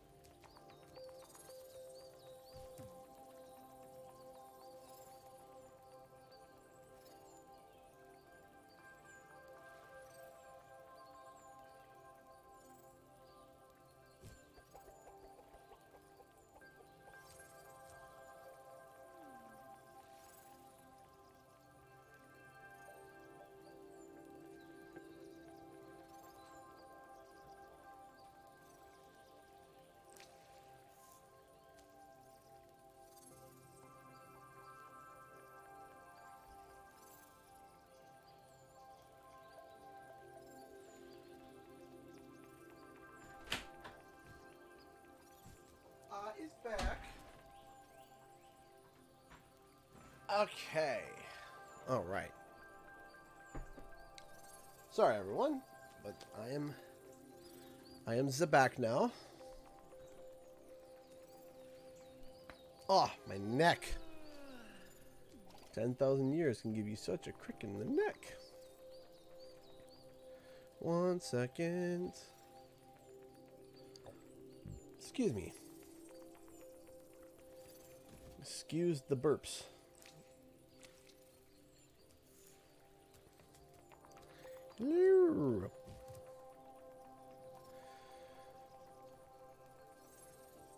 But yeah, to surmise, basically, there is speculation. There's speculation.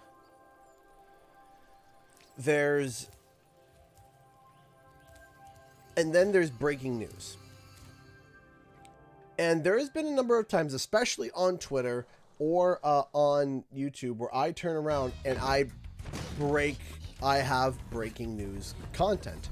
And it's legitimate breaking news. And when I label it as breaking news and it is legitimate news, I try to make sure that what I'm about to post, I'm like, is this legitimate breaking news? And I do. So there's a couple of times where I've gotten exclusive scoop. I was the one that got the scoop that Crunch was going to be coming to Crash Team Racing first. Right? I had gotten that scoop. There was a scoop that a very, very light scoop. It wasn't a big scoop. I literally got the information like an hour early. So maybe even less, maybe 45 minutes early. I got like the I'm trying to remember what it was. It was either Crash 4 was coming to Switch, or Crash was coming to. I'm trying to remember what the scoop was, and I announced it on Twitter. And like I said, a light scoop, like. It was such a light of a scoop, it would have just filled the bottom part of an ice cream cone. I think the biggest news scoop that I got was in terms of actual, like, confirmed, was Crunch coming to racing. That was the confirmed. I got Crunch. That was the confirmation.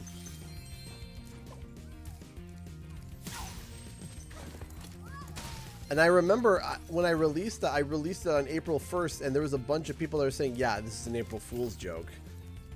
And I'm like, no, it's not. And it was true. It was true. Crunch was coming to Crash Team Racing. And I was super duper excited about that. And I was just like, this is super awesome.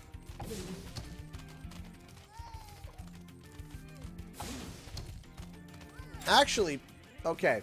Can I tell you a funny story about that scoop? Can I tell you guys a little bit of a funny story? Okay. So I'm going to tell you guys a funny story when it comes to that exclusive interview. I'll tell you guys something that's pretty funny.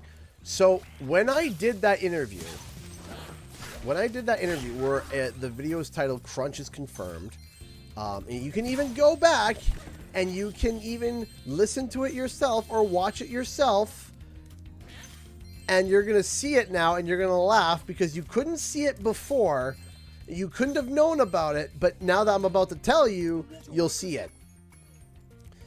When I first asked the question about Crunch. Now, remember that thing that I told you guys about having your interviewer comfortable, like making sure they are comfortable, and that, you know, if they are comfortable, they are more willing to, tell some more information. Well, I sat down with the director of racing and I spoke with him, and I asked him if Crunch was coming to the game. And initially, he looked at me and he said, he did not say Crunch was confirmed. He didn't. He initially said, stay tuned, as we'll have more announcements later. And I said, okay, great. We turned off the camera, and I turned off the audio. And I started to pack up, and he says, 1 second. He walks to the back room, because it was like a 2-side hotel room. He walks to the back room with two Activision, either Activision employees or 2 employees, and they're back there for about 5 minutes. And he comes back out. He goes, actually, can I change my statement? And already I had packed my camera away. And I looked at him, I said, what do you mean? He goes, I do want to confirm that Crunch is going to be in the game. And I was just like, oh my gosh, okay. And so I sat there and I was like, well, I already put the camera away, and the next people that want to playtest the game are waiting outside. And so I got 2 minutes basically to go. So what I did was I pulled out my audio recorder. I undid it. I put the microphone, like the lav mic, I put the microphone by his mouth. And I asked, and I said, into the lav mic, I said, can you confirm if Crunch Bandicoot is coming to Crash Team Racing? And I put it by his mouth, and he says, yes, I can confirm that Crunch will be joining Crash Team Racing. And what I did was, in the interview, you'll see I'm jumping to B-roll through the interview. I'm jumping to B-roll. I'm jumping to B-roll, which is gameplay. I'm jumping to gameplay. You hear us talking. We jump to gameplay while we're talking. We jump to gameplay. We go back to talking. What I did was, in my original part where I said, is Crunch Bandicoot coming to Crash Team Racing, I then spliced in his audio of him confirming Crunch, and then have gameplay B-roll playing over top of it. And you couldn't tell that I never got an actual video recording of him confirming Crunch, but I got an audio recording of him saying that Crunch was coming. And I spliced it to make it look like it was all said in the same breath. Neo the Lynx gave me 5 bits. Hey, have some gems. Why, thank you for the 5 gems. I appreciate that. Thank you. Thank you. Thank you. And I was just like, oh my gosh, like that was crazy. And then I was expecting, okay, they're probably going to announce this like later today, or, you know, when the embargo opens. And they said, no, you can report that now. And I still believe that part of the reason that was because when I sat down and I spoke with him, I was comfortable with him. I wasn't pushing, but I was asking questions that were like, hey, let's ask some actual questions, but let's not push. And that was part of the reason why, hey, Conky, I was able to get that exclusive right away. And that was something that I was really thrilled about. Oh, was I thrilled. Oh, was I thrilled. I was just like, man, that was so cool. And that's part of the reason why Crunch is also my favorite character in Crash Team Racing. That's part of the reason. I know it's weird, but that's part of the reason, not the entire reason, but part of the reason why I love Crunch so much is because it was an exclusive scoop that I was able to get for the channel early, and I was really thrilled about that. I was really happy about that.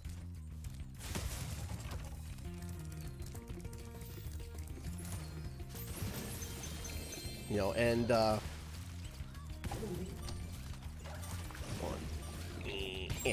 nope, got it. There we go. Most impressive. Please take this sacred thingamajig as a token Sacred of thingamajig. our everlasting gratitude. Sacred thingamajig.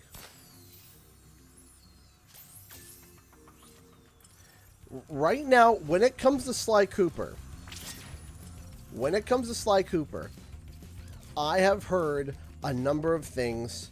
I have heard positive. I have heard negative. I have heard a number of things.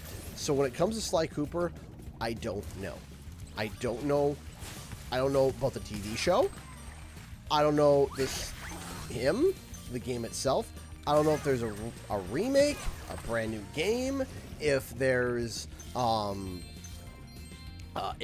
even anything. Sly Cooper for me is the biggest question mark that I have right now, right? Sly Cooper is the biggest. I have no idea at the moment.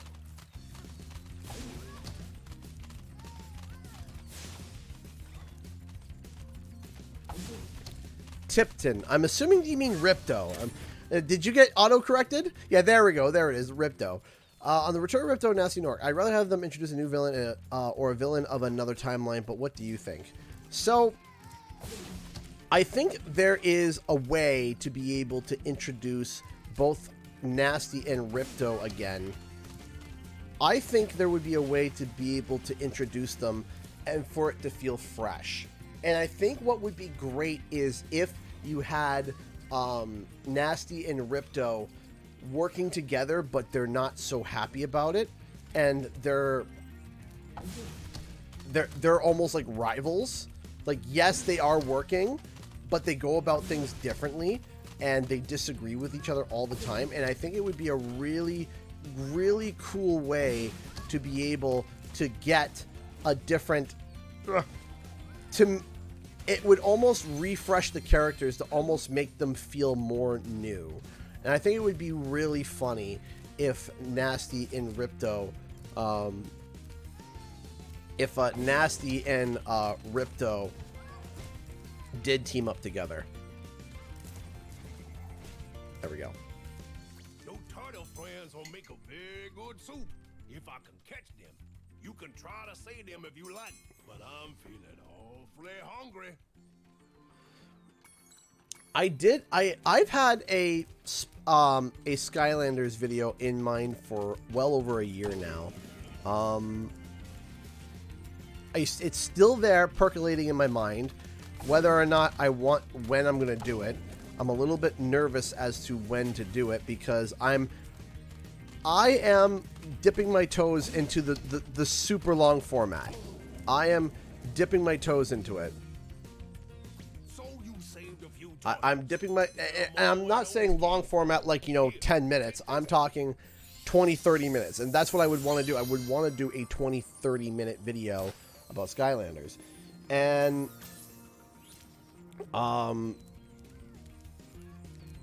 And again, I want to dip my toes into content that's closer to my audience to make sure that it performs well. So, for example, I've done 2 extreme long form, like much longer form Spyro videos, and they've both seen relatively good, like success thus far. Which was all the Spyro 4 evidence that I have found thus far, and the Spyro Iceberg video. And thus far, they are performing well. So my next step would be like, okay, I want to do a Crash Bandicoot one, or maybe even a Crash Team Rumble one, or and I want to see how does that perform? How well does it? Must become soup. How does that perform? And then if the Crash Bandicoot videos then also perform well, then I know, okay, I got the long form format locked down and I can do this now. I know it's weird, but trust me, it's how my brain works. I need to be able to make sure that I have some form of assurance that it's not going to be a gigantic video that I work on and YouTube only pushes it for 4,000 views. Right? That would be that would be bad. Every turtle on the beach. Here, take this. I was gonna use it to buy potatoes, but now I don't need it. Are you a Jak and Daxter fan? Yes, I am. I am a Jak and Daxter fan. I am a precursor fanboy, though. I'm not big on 2. I did like 3. Did I just do that? I did do that. I am I want to punch myself. Ugh. Alright, hold on. Hang on. I forgot something. Or I could just, you know. Well, that was, I expected that to take, knowing my luck, I was expecting that I had to sit there and do it 4,000 times again and then not get back up here. But, would you look at that? Took me once or twice. Look at that! We're getting better at the cheese.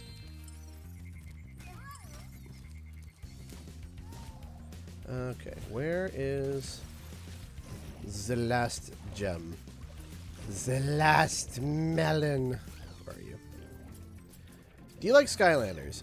So, do I like Skylanders? I think that if Skylanders came out when I was a little bit younger, I think I would have been the kid that literally had Skylanders galore to the point where my parents would be begging me to get rid of them. If it came out during my time. Unfortunately, it didn't. I was...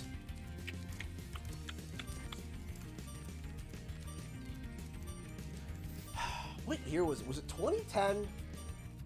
Was it 20... What? Hold on. What?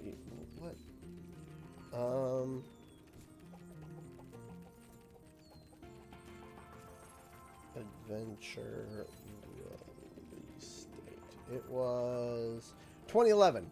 So at that point in 2011, I would have been...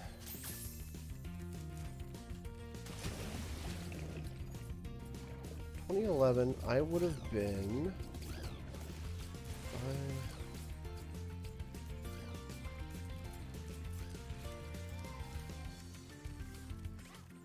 No, I wouldn't have been 9. No. No, I would have been 17? 16, 17?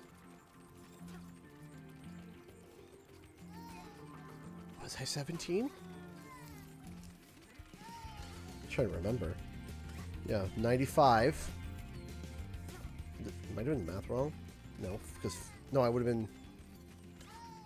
Because I was born 95. Came out in 2011. So 5 means 2000. 11, so 5 plus... or 12. 12 plus 5. Yeah, I would have been about 17. Yeah, I would have been about 17 when it came out. 16, 17 when it came out. So it missed me by about 4 years. It probably missed me by about 4 or 5 years. It probably missed me. Well, was it 20? Okay, so I would have been 16. Yeah, okay, I would have been. Yeah, I would have been 16 then. Yeah, so I actually would have been almost 17 because my birthday's in January and it came out in October. So, but yeah, well, 16, 17. So it missed me by about 4 years. If it had hit me 4 years before then, man, I would have had Skylanders galore. I would have been the Skylander kid. I would have been the I have it all, boys. I have everything maxed. I am the superior Skylander kid. Come at me, bro. But no. No. Because I was 16 and I was at the time focusing on school and to be honest, probably girls. I definitely was not focused on Skylanders. But I appreciate Skylanders. I look at it and I see the tech that it was done. I remember I did a like, I can't remember if I did it on stream or not, where I was literally sitting there and I was playing with the portal. I was just like, okay, I get it. I see it. I get it. It makes sense. I see why. This is adding up. This is making sense. Okay. I see why people really, really, really, really enjoy this. And I'm like, okay, now I know. But then the parent in me was also really, really, really, really, really mad because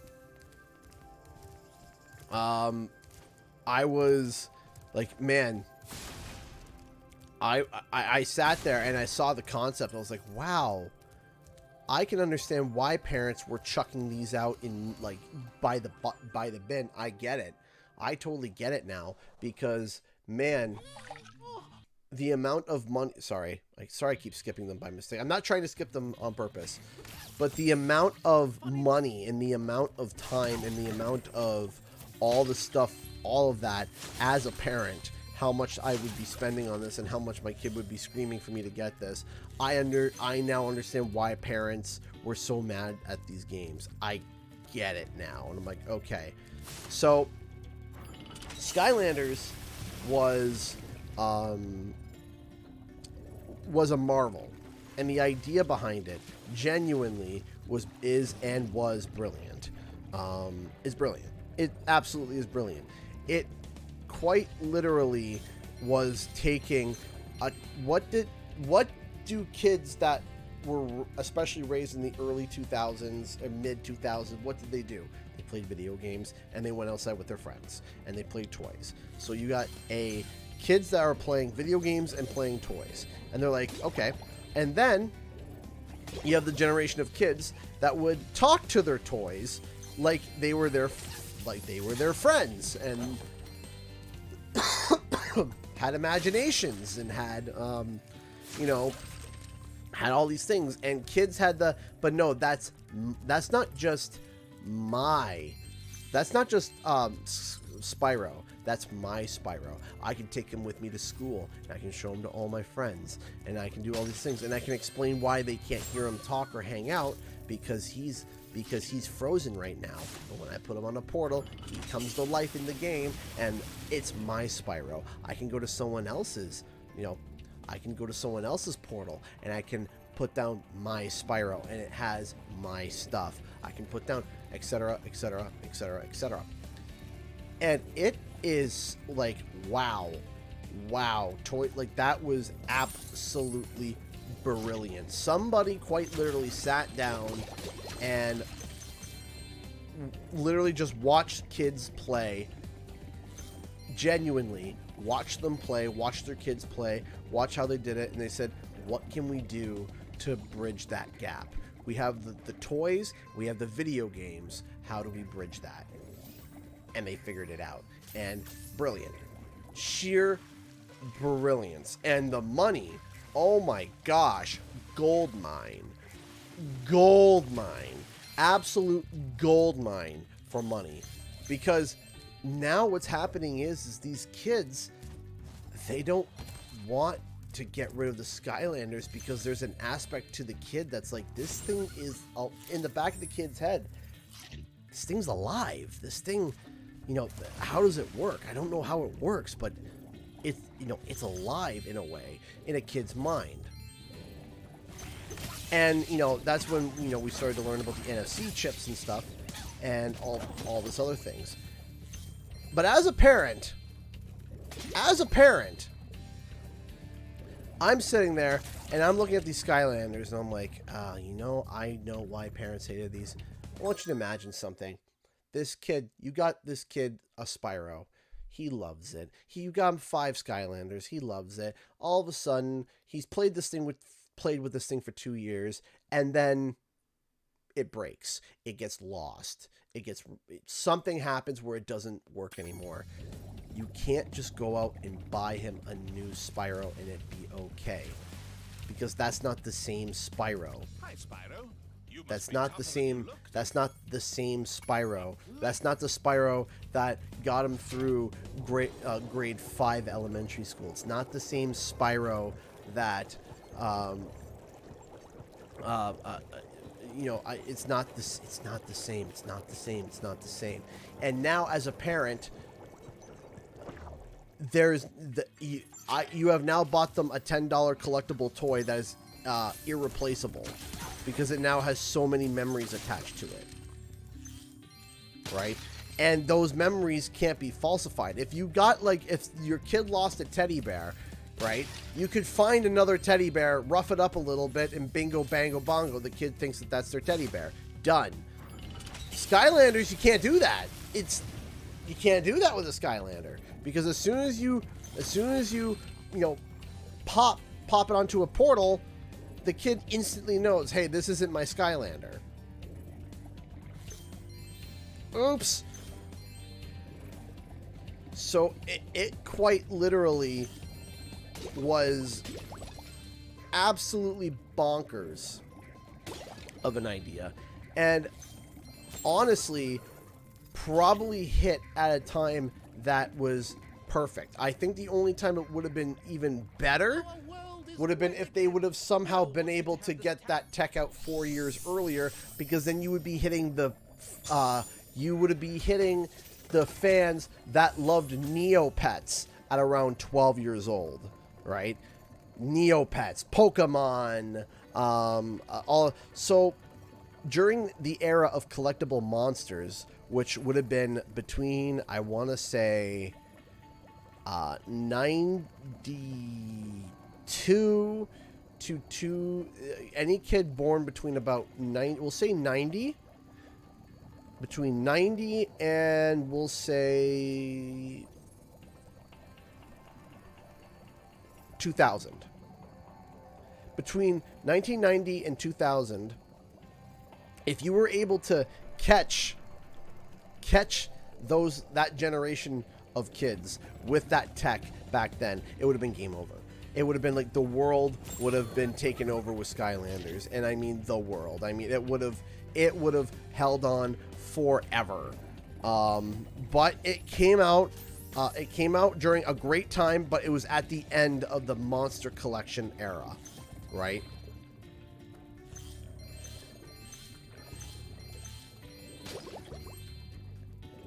I remember when Pokemon and Digimon came out. Pokemon and Digimon were huge. Pokemon and Digimon, Beyblades, for me, a Battle Beetlemon, Bakugan. Bakugan was my last one. That was the last toy trend that I was on before I started to fall off from the newer toy trends. The last one was Bakugan.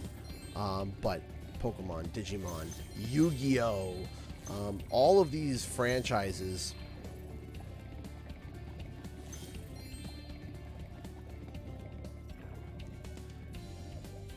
right? All of these, all of these franchises that were just absolutely just unhinged, that made people just like, oh my gosh, this stuff is so amazing. Then even some of the smaller stuff like Monster Rancher. That might be one that some people might be raising an eyebrow to. Monster Rancher. That was another really good one. Card Captors. Well done. Does anyone remember Card Captors? I love the Monster Rancher. Yeah, see? El Chavizi knows what I'm talking about. I'd love to get him into racing shape. Care to take him through a harder course? Right? He carried around your Yu-Gi-Oh deck everywhere just in case you wanted. Yeah. Tamagotchi. Yeah, Tamagotchi.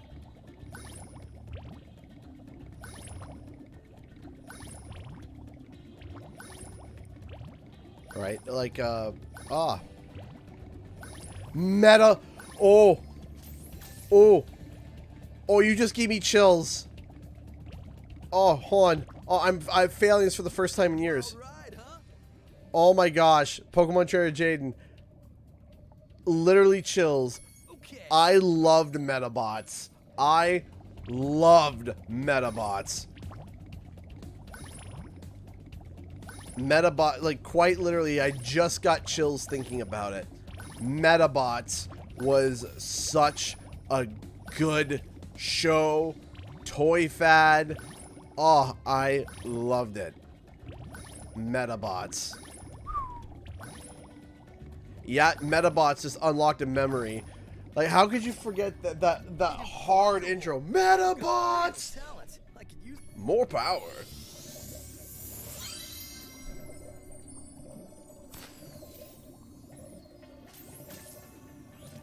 Hold on, let me see if I have it here. I have something here. Hold on. I hope it's here. I think it's here. It's somewhere.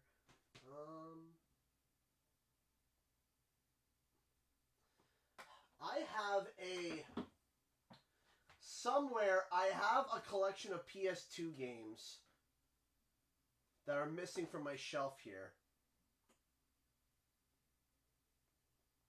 Yeah, so I have a bin somewhere that was lost. I have all my bins. I just gotta find it.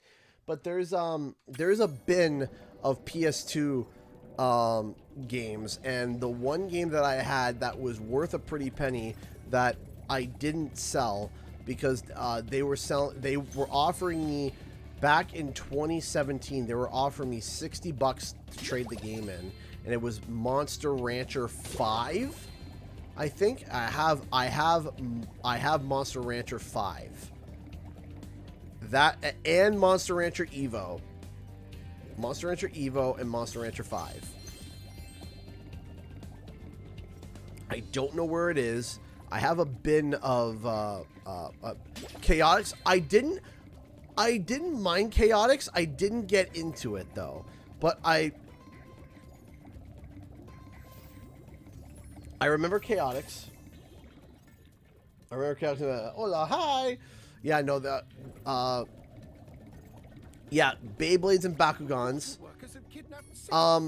Does anyone remember Battle Beat 'em On? Now that was a trip. Battle Beat 'em On. Neopets, yeah.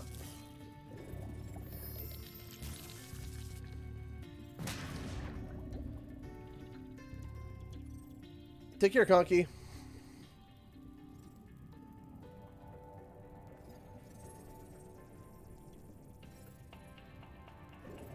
So I'm trying, yeah.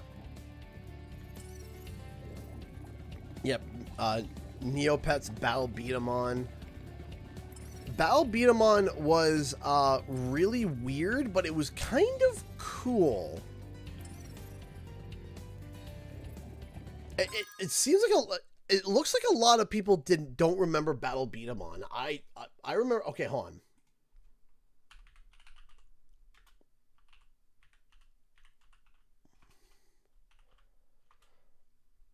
Hold on a second.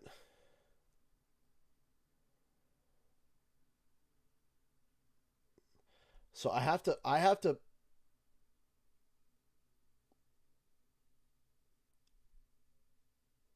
hold on.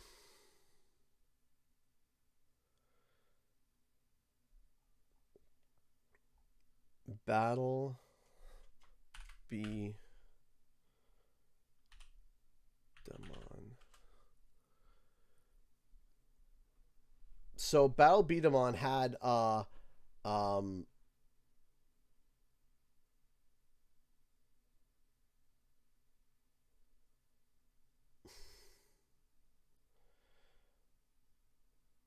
I'm trying to find the hold on. There's actually a couple YouTube shorts talking about it, which is kind of hilarious. Never in my life would have thought that I would see people talking about Battle Beat 'em On, especially as a YouTube short format. That's actually like crazy.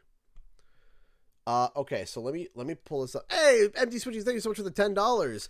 He's just a little dragon now. One day he'll take off from the ground. You'll find no flyer guy around. He's got an awesome tail, even though he's small in scale. Thank you so much for the little rhyme and song there, MD Switchy, and for the $10. I appreciate that. Thank you. Thank you. Thank you so much for the support. Okay, Battle toys. So it was an anime. And then they released these toys. So this is something because it seems like a lot of people are like, oh, what's that? So it was these little robot things. And what they had on the back. So as you can see, there's these Game Pass. So it has these things had a cannon in the middle of their chest. And if you look on the back here, you can see they had these springs. And what it was the spring-loaded things. And what it was that you could put marbles into the top chute, right? It would have, and then it would load in, and then when you push onto the back spring, it would launch a marble out of the cannon. And what used to happen is the Beat-em-on used to have like a tab on the bottom here, to which if it got hit with a marble, it would pop open. It would crack open, and it was game over. You could also use stuff to like knock down pins. You could do a whole. You could literally have things like targets and stuff, and it, like, see here, yeah, here it is. That's actually a great example right here. Is your memory unlocked? See, I'm getting people to remember this, right? So, it even had a little holographic thing here. You could look at to aim. That was the thing that you hit. So again, so you had this cannon here, and if you got hit here, this would pop open and then you would lose. So you would have two people on two ends of a table shooting marbles at each other, trying to hit the other person's thing here. So it was kind of like predicting where it was going to go. So I remembered that was big, but not a lot. It didn't catch on too much. I remember it didn't catch on as big as the other stuff, but it still was but it was still pretty popular. Tech decks, yeah, I remember tech decks. I remember Zoids. I don't remember ever playing with Zoids. I don't remember.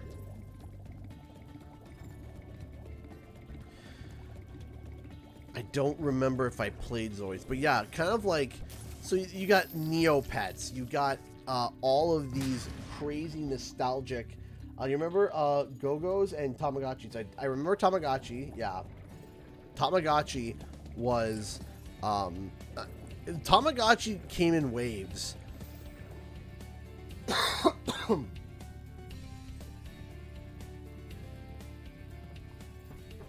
But the thing is that it's kind of what I'm kind of going for specifically. There's all these nostalgic toys, but what I'm going for specifically are toys that are based off of monster collections, right? And it's the Pokemon concept. It's going out, getting you know, these things and collecting them. And so it was Pokemon was one of them. Battle Beat-em-on, Beyblade,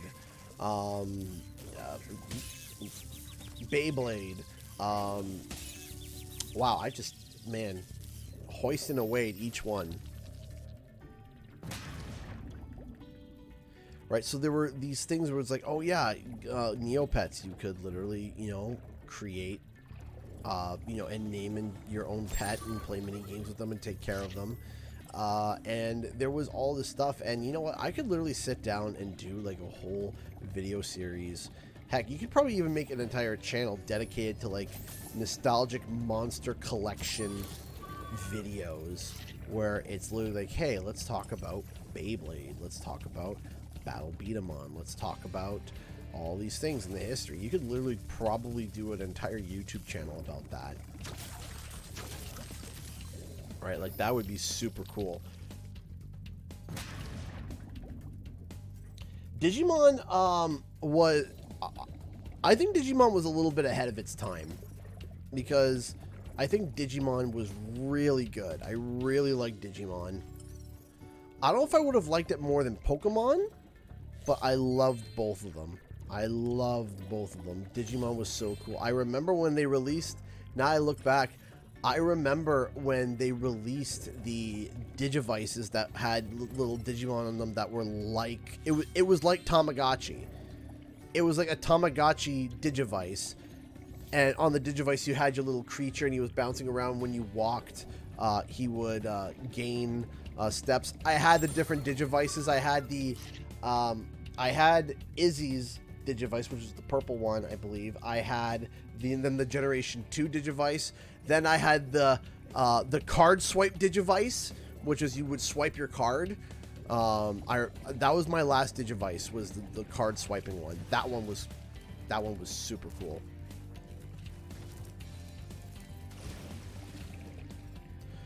They brought back Furby. They brought Furby back. And I was just like, why? Why? Why are we bringing back Furby? We don't need Furby.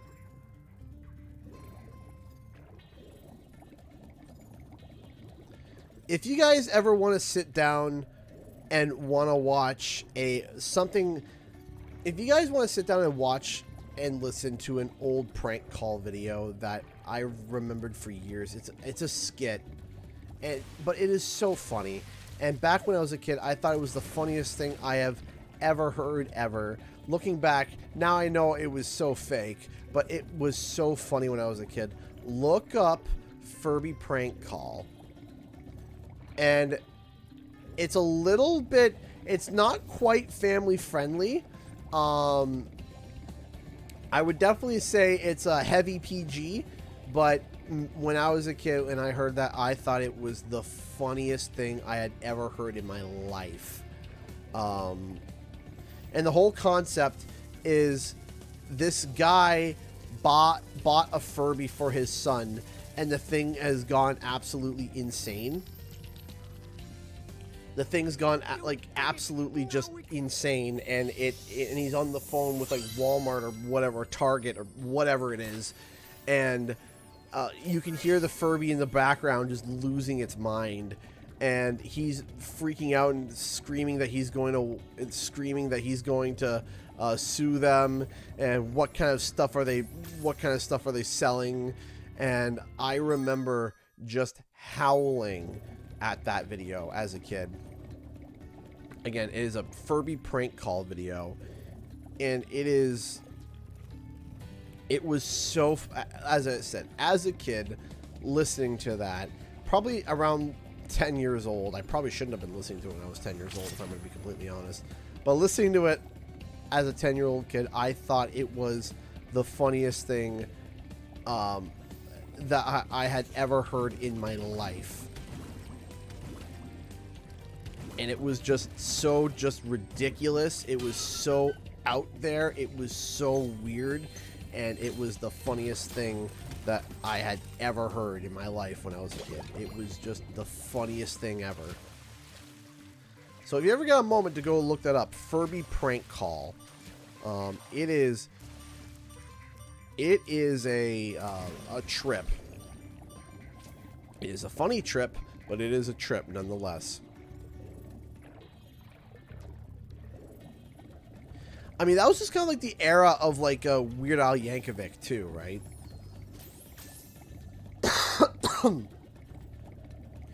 Like sitting down, like back in the day where you used to be able to turn on the radio and you would think you're about to listen to Just Beat It by Michael Jackson, and then all of a sudden you hear it's Weird Al singing Just Eat It, and it was like, and everyone would just like, it was like, ha, psych!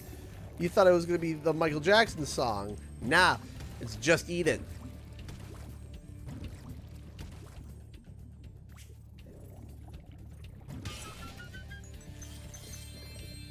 Or, instead of I'm a Barbie girl, it was, I'm a Barbie girl, there's I'm an ugly girl. This was back in the day where it was these slapstick parody, songs that were just so dumb and so ridiculous, and they were so funny to me. I never thought that there would be songs that were like that, and the closest thing today to almost what they did back then is almost anything done on YouTube, and also like, and it sounds weird to say, like epic rap battles of history. That is like the Scanners. So Scanners was I think a little bit before my time, but I do remember hearing about that, where you could like scan barcodes and it would create creatures and stuff. I do remember that.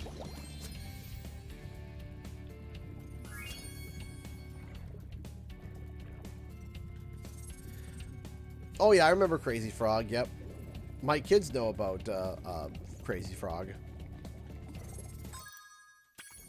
which is kind of weird to think that my children know about Crazy Frog.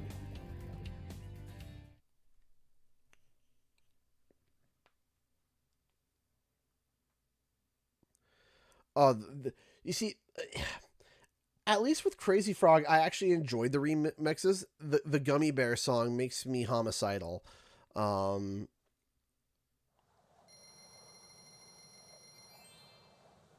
very much like, I try to make sure, I am very, very, and I know this might sound helicopter parenty, I am very, very, how should I say this? When it comes to kids' TV shows, movies, or songs that they listen to, if it drives me up the wall in its first 10 seconds, it's never being played on ever again. Nope, it's just no. No. No, no. It's just no. Period. It's no. I am, so if the kids hear something that they're like, oh, we like that, it's like, nope, my kids never got onto Baby Shark, and I made sure of that, because here's the thing. You have to realize, if you are listening to that song and they like it, all right, it's going to be played 8,000 times. So guess what? Do you know what my youngest son, Jonathan, do you know what his favorite song is? You know what song is when he's having a meltdown and freaking out? And click play? You know what song it is? It's the Pokemon theme. The original Pokemon theme song. We don't know why. We didn't make it that way. But guess what? It is. He hears the, I wanna be the very best. And he shuts off from crying and he is happy as a lark. And guess what? I'm okay with it. I can listen to the Pokemon theme over and over and over again and not want to go crazy. Alright? It doesn't drive me crazy because I like the Pokemon theme song. It's good. It's good on its first playthrough. It's good on its 1000th playthrough. It's fantastic. Okay. Just looked up Furby praying. Oh, you found it, did you? Yeah.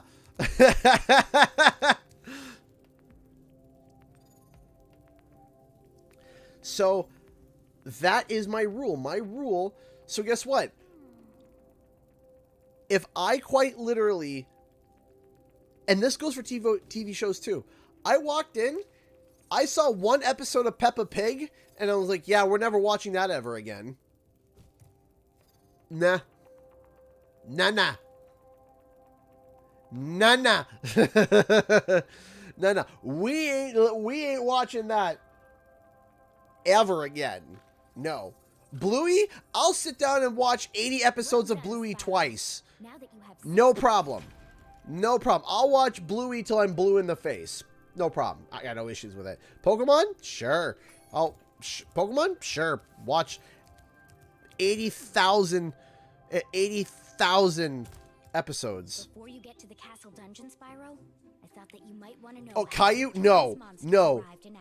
Caillou gets punted. Last week in the winter tundra, the professor was working on some new super portal technology. There, that's the last orb in place. Now let's see. All we need are some coordinates. Yeah? How about 22475? That's my birthday. Wild Kratts? What? Go nuts. Wild Kratts is fine. Go nuts with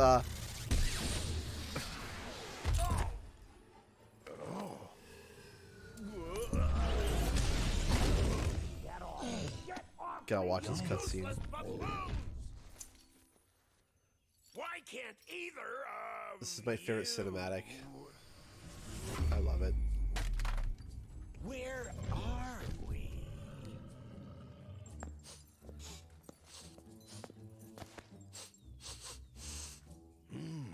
No dragons? Wonderful. Crush, go back and pack my bags. We're moving in. Say hello to your new king.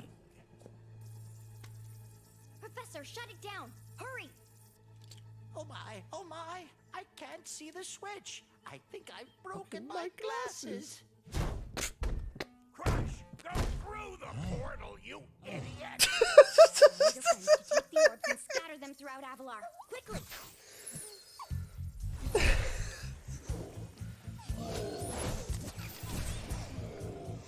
Now! Go! Crush, get the orbs now! Now, you despicable little creature! I'll kill you! This is bad news for Avalar. Hunter, why didn't you chase him? Yeah. I, would have gone after him, but didn't he say something about not liking dragons? Professor, could we catch a dragon to help us? Yes, I think so. We'll need a world that has an alignment much better suited to intercepting one of these creatures. How about Glimmer? The Crush, go through the portal, you idiot. Quite literally, I was dying. I was just dying. I thought that was the funniest thing. Like, when I saw that, when I was doing my review, when I saw that, I was wheezing. Crush, go through the portal, you idiots! And he's just punching it. He's like, oh. Greatest, like, I think it's my favorite cutscene of the entire game. It's just the way Ripto's, like, delivery there was Crush, go through the portal, you idiot. And I just... There's just something about it that just hits a certain way, and I love it. I love it to death. But, yeah, no, Caillou is banned in the house. Caillou is banned in the house.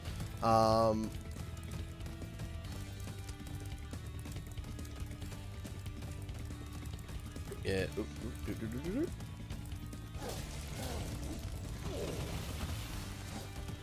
There's... Oh, yeah. So, yeah, how I found out about Reignited coming out was quite literally I was... Wonder Pets is fine. I don't mind Wonder Pets. I don't mind Wonder Pets. I'm neutral. Do I like Wonder Pets? I'm not going to say I like Wonder Pets, but I'm indifferent towards it. So if the kids want to watch Wonder Pets, it's fine. Yeah, we can watch Wonder Pets. There's nothing wrong with Wonder Pets, in my opinion.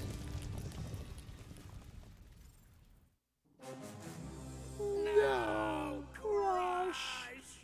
You may have been able to defeat that simpleton, but golf will be more than a match for you. Bring it on, Shorty. Golf, come here now! He comes in like a dog. Destroy him and make sure it's painful. What? Go! Get me out of here! So long, dragon. What a wuss. It's called Chipchilla? Wait. So they're trying to do an American ripoff called Chipchilla? Oh dear.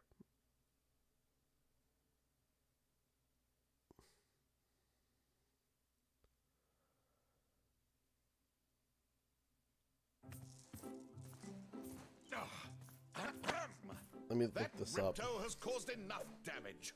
All his meddling has cost me a fortune. If it wasn't for Spyro, I'd be bankrupt. Oh, if Ripto were here, I'd give him a piece of my mind. In fact, I'd give him a lot more than that. I was a champion bantamweight boxer at university, and I still know a few moves. Take that, and that. No!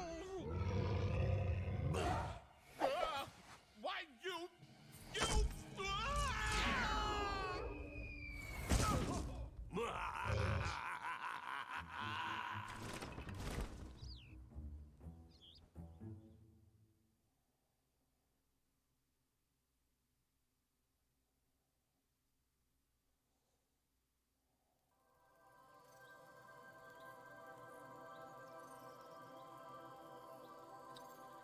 Okay, weird. Okay, give me 1 second here. All right. I go to the bathroom again. I'll be right back. We got another hour and 20 minutes. We're gonna be trying to. Thank you everyone for your support tonight. I really do appreciate it. Thank you everyone for contributing tonight. We really do appreciate it. Thank you so much. After today, the bar is going to be reset. So whatever we make today, it's going to be reset back to 0 by the next stream.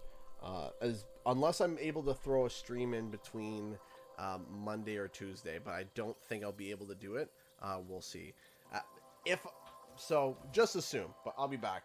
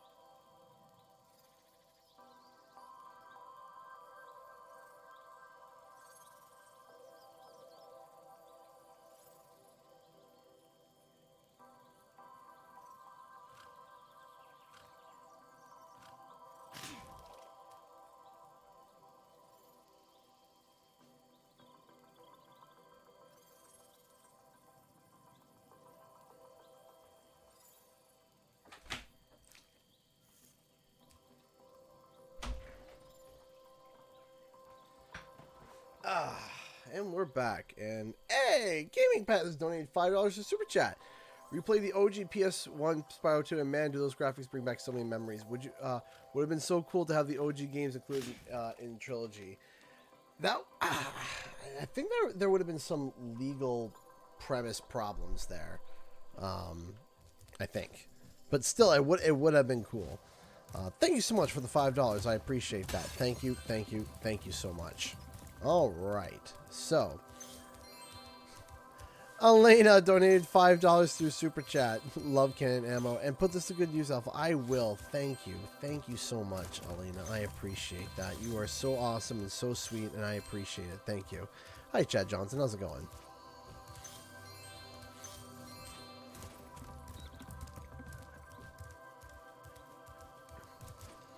Thank you, everyone, for your...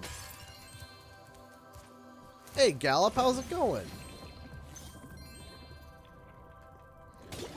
So, yes, Medieval did have the original game included. However, the original...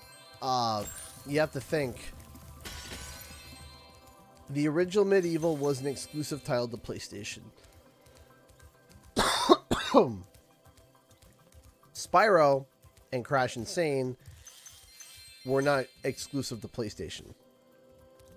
Legend has it that there is a portal to Zephyr here. Right. And legend also has it that I know how to activate it.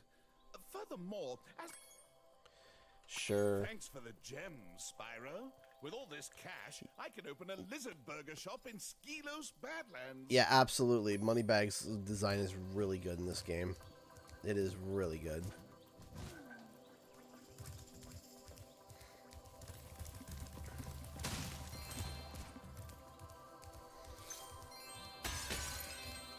For a small fee.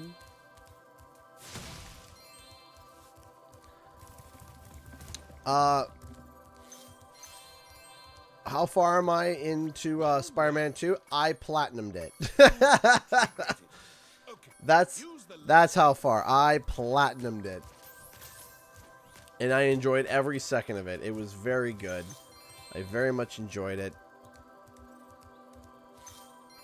A small fee. Ripto Arena is pretty good. You gotta love the opera singer in it. I have played Mario Wonder, yes.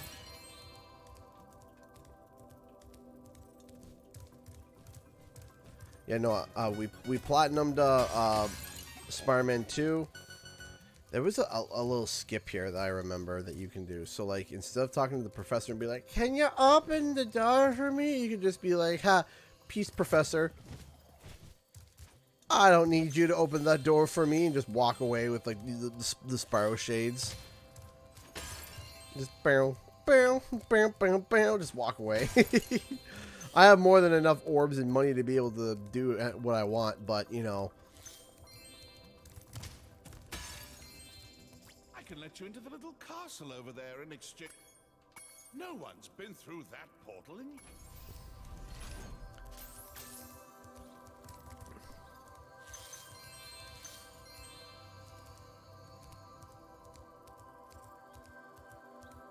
I thought the professor was supposed to be smart.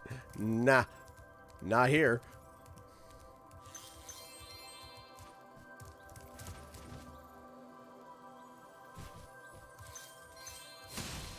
Yeah. Yes, it's a bargain. Open it up, thank you. I really like Autumn Plains. I think Autumn Plains is probably my favorite, like, homeworld. It's big, it's nice, it's beautiful.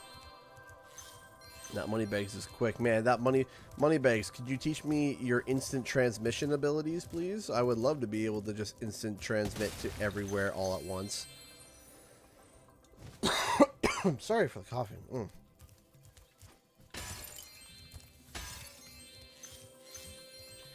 Gems, gems, gems. They are truly outrageous.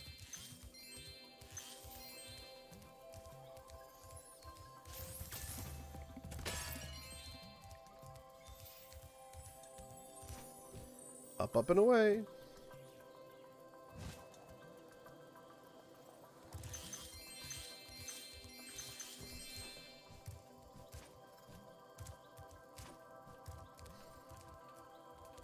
Alright. Cause I'm free flying. No. Aha!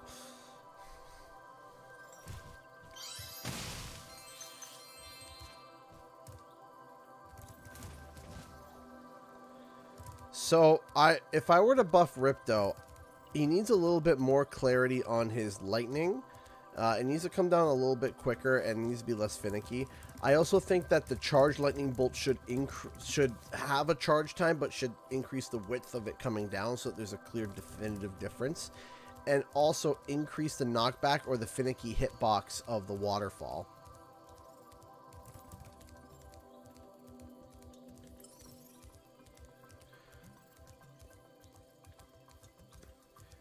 He doesn't really need too much of a health buff because the point is that he's supposed to be squishy. You're not supposed to be in the combat, right? You're not supposed to be...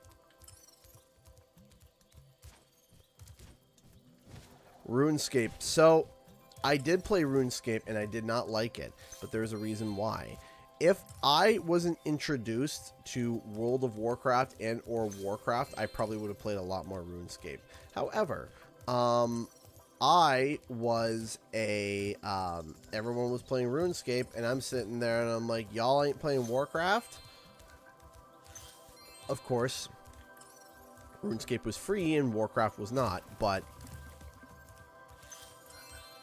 that was, you know... Why is there never anything in the professor's pad? I think there is something here. Let me... No, I can't show it. So if you break the camera and you go and look, if you go to the pad and you zoom down, you look, it just says blah blah blah blah blah blah blah blah blah blah blah blah blah blah blah blah. 17-year RuneScape veteran here. It just says blah blah blah blah blah. It literally says word for word blah blah blah blah blah because I broke the camera and went and looked. I feel like I'm being outclassed by the RuneScape, by this RuneScape vets.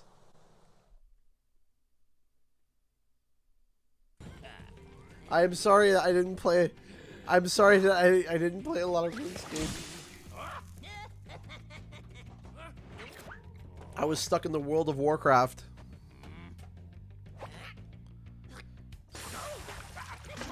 I was stuck running through Darnassus and getting lost in Stormwind because that city was so complicated.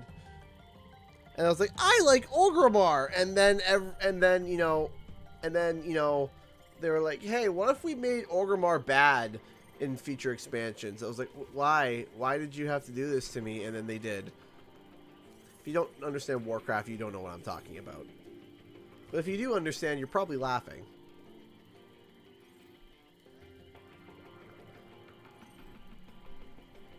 I was running through Tirisfal Glades and Please excuse the mess, Spyro. doing stuff like that, and that was, you know, that was a lot of fun to me. So, trouble with the trolley, eh? I mean, I'm finishing up at 11, so I had to make sure I got this level in. I had to. It's a classic. You can't not get this level in. You can't. You have to get this level done. Ever watch Warcraft 3 Refunded? I bought Warcraft 3 Refunded. And I was very much depressed. I was very much depressed with Warcraft 3 Refunded because I played Warcraft 3 for an obnoxious amount of time as a kid. That was my go-to game. That was my online game before Halo became my online game. Was Warcraft 3. I loved Warcraft 3. And what we would do, a little story here. My family loved Warcraft 3 so much. What we did was that we had a computer downstairs that we figured out local area network. And it was if everybody hooked up to the same internet, you could play against each other. And so we were having LAN parties for Warcraft 3. And people would bring, in later years, people would bring laptops over, and we were having like five-man free-for-alls in Warcraft 3. And it was so much fun. But here's a little funny story. We had... Did anyone have the family that you had the computer, that the living room computer, and then you might have had a downstairs computer or another computer in another room that was the tall white case, the thing that was like, it was heavy. If you dropped it on your foot, you broke every bone in your foot. It was white. It was white or cream colored, slow. Everyone hated it, and when you were told, hey, you have to go use that computer, you groaned because you knew that you were about to have a bad time. Those computers. So we had a special one. We had a special computer that way. We had my dad's computer, which was a living room computer, and then we had the downstairs computer. The thing took 20 minutes to boot up. It was terrible. It couldn't run a Word document. But you booted up Warcraft 3 on it, and for some reason it went Rambo, and it could operate Warcraft 3 perfectly. Perfectly. It couldn't operate a Word document, okay? It barely could sign into the internet, okay? You could barely open up Internet Explorer and get anywhere. And yet, when it booted up Warcraft, for some reason, the thing went into Rambo mode, and it ran just as good as my dad's computer. We don't know why to this day. We never found out as to why. We don't know why. We don't know why. Thank you so much, Ori, for $5. Around $5. I remember when you look at Warcraft 3 refunded Youngest parody of, oh gosh. Yeah, I'll have to check it out, but refunded hurts me. Hurts me a lot. It hurts me a lot. It hurts. Thank you so much for the $5, Ori. I appreciate your support as always. Thank you so much. No, for some reason, this computer went Rambo mode when, it went Rambo mode when Warcraft 3 would start up, and it ran it perfectly fine. I don't know why. Don't ask me why. But we literally just called it the Warcraft computer. That's all it became, because that's all it could literally do. That's all it could do, was play Warcraft. It could play Warcraft 3, and that's it. No other game. Warcraft 3, and there was one other game it could do. Pinball. The offline Microsoft Pinball. That was the only other game that it could run, was Pinball. So Pinball and Warcraft 3. And that's it. Nothing else. And it couldn't even run Solitaire. I don't know why. I don't know what was up with it. We didn't want to touch it. We didn't want to repair it. We didn't want to do anything to it because we were so confused as to how it operated. But we knew it worked with Warcraft 3, and that's all that mattered. And that's all that we just were like, you know what? Just leave it alone. Just leave it alone. Just leave it alone. Don't touch it. Just don't touch it. Leave it alone. And it was pretty cool. I remember the game that my siblings also, so I'm thinking back to when I was a kid and the games that my siblings played all of the time, the multiplayer games. The other game that I remember we played a lot was Red Faction 2. We played a lot of my siblings and I played a lot of Red Faction 2. Red Faction 2, Tekken 3, Battle Arena Toshinden, Mortal Kombat. There was a number of Mortal Kombats. The family Mortal Kombat game that everybody played was Mortal Kombat Armageddon. That was everybody would sit down, everyone would come over for birthday parties, and then we'd bust out Mortal Kombat Armageddon. which was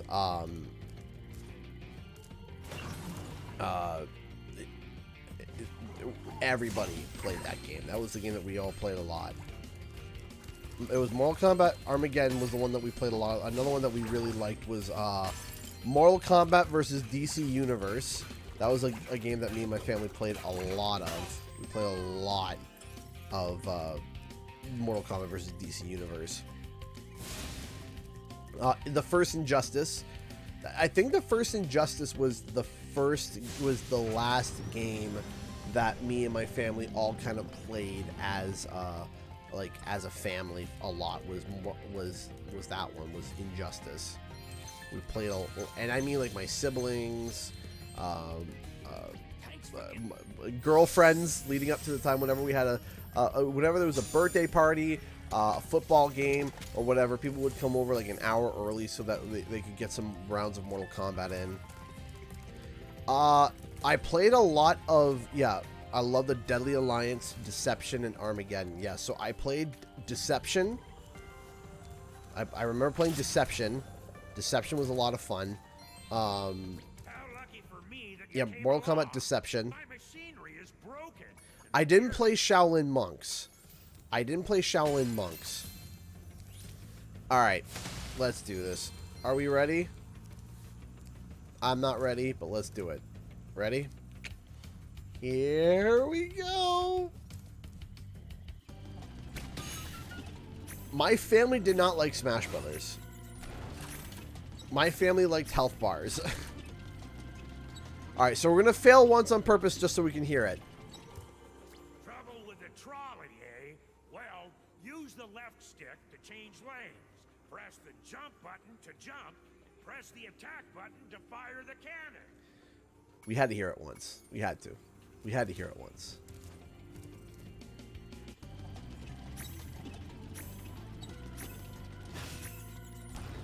We had to hear it once. We had to. You can't not hear it at least once.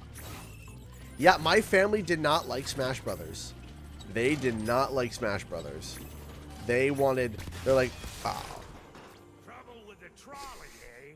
Well, use the left stick to change lanes. Press the jump button to jump. Press the attack button to fire the cannon.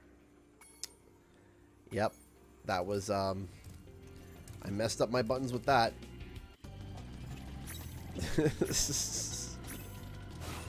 That one wasn't on purpose. That one was just me being dumb. Trolley. Trouble with the trolley intensifies. Could you imagine if they did a Spyro 4 and they brought this mini game back here? Like, you hear it in the trailer. Like, at the end of the trailer, you see Spyro, like, wiping out, and you just hear the Breeze Builder. Trouble with the trolley, eh? And then, coming soon. Could you imagine?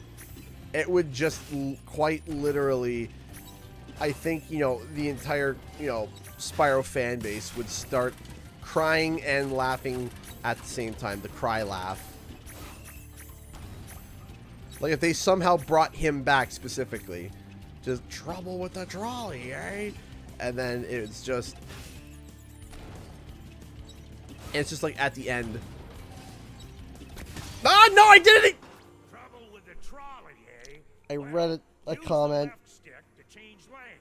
Press the jump button to jump. Press the attack button to fire the cannon. I was reading a comment. I shouldn't have. I should have paid attention. Just wipe to black, yeah. I can do it. I know I can do this. I've done this, like, without messing up on the first try. But I keep trying to read comments. We jump over the small ones. We jump over the small ones. We push the jump button. Trouble with the trolley, eh? Oh, that would be so great.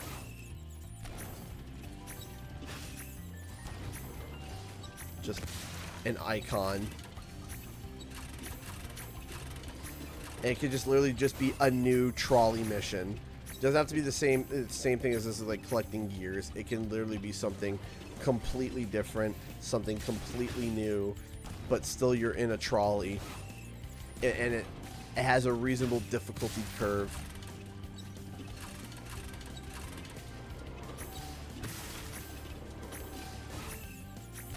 There we go. Press the jump button to jump. Yeah, because back then they used to say, you know, push the X button to jump. However, because it was exclusive to PlayStation, right? That was great work, Spyro. Now I can start fixing my machines. Here, I don't have room in my toolbox for this thing anymore. What if they did a reference to you in some form in Spyro 4? What would you do? Cry. There would be tears. There would be grown man tears if they ever did do something like that. If they ever turned around and they were like, let's throw a subtle CGE reference in there, I would quite literally cry. Right? I would be crying my eyes out. I would be emotional. I would be... it would be like, you know, immortalized, right? It would be immortalized in a way. You know, the idea of Canadian Gaia, the concept of Canadian Gaia, the channel, all the work that I have done would be immortalized in some small way. And even if it's a small Easter egg that people wouldn't really even notice, if it was something that was like, oh, you know, oh, that's different, I wonder what that's about. Even then, even to have the idea of, if people were to look up on Wikipedia what that thing was and it pointed to me, it would just be, it would just literally be an honor. I don't think it will happen. I would love for it to happen. I'm not expecting it to happen. Do I hope it could happen? I hope one day something small could happen. I think that would be really cool. Will it happen? I'm obviously not expecting it, but a badge of honor, in a way, yeah, because it's kind of like there's...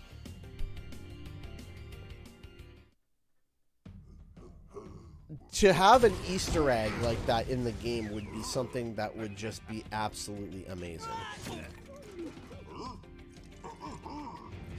And I don't know what they would do to be able to specifically do that. The only thing that I could imagine, there's only two things that I can imagine when it comes to what they could do in terms of doing an Easter egg to, like, in terms of, like, listening and stuff. In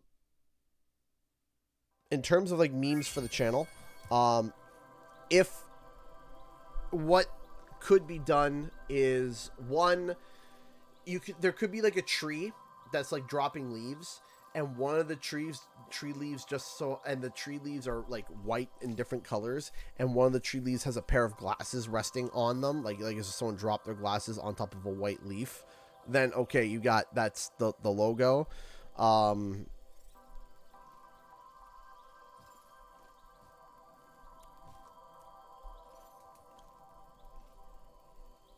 You would have to look for anything with, like, the mustache and the glasses. That's the main thing, is the mustache and the glasses. That would be the thing you would have to look for.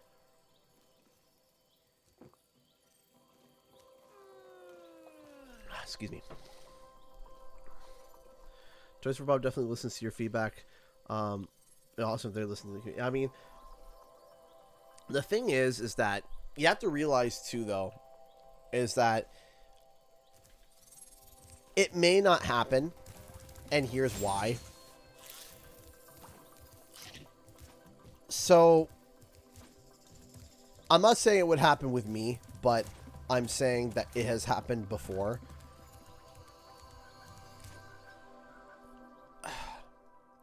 There's been a lot less... Hey, Wes! Wes has become a $5 member. Thank you so much, Wes. That is incredibly kind of you. Thank you, thank you, thank you so much. You now have access to the custom emojis. And you are now supporting the channel, and I really, really, really appreciate that. So thank you so much, Wes. We really appreciate that. Thank you so much. What was I going to say now? Lost my train of thought. So what's happened is, and again, I want to make this clear. I don't think it's going to happen to me, but of course, you know, I don't think anyone where it happened to listening is going to happen to them. So what happens is that people get referenced, content creators get referenced, actors get referenced, these things get referenced.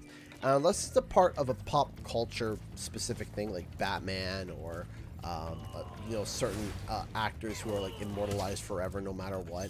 What happens is that there is a number of people on social media that get canceled where, okay, they're seen as a really nice person and then something happens and then they get canceled.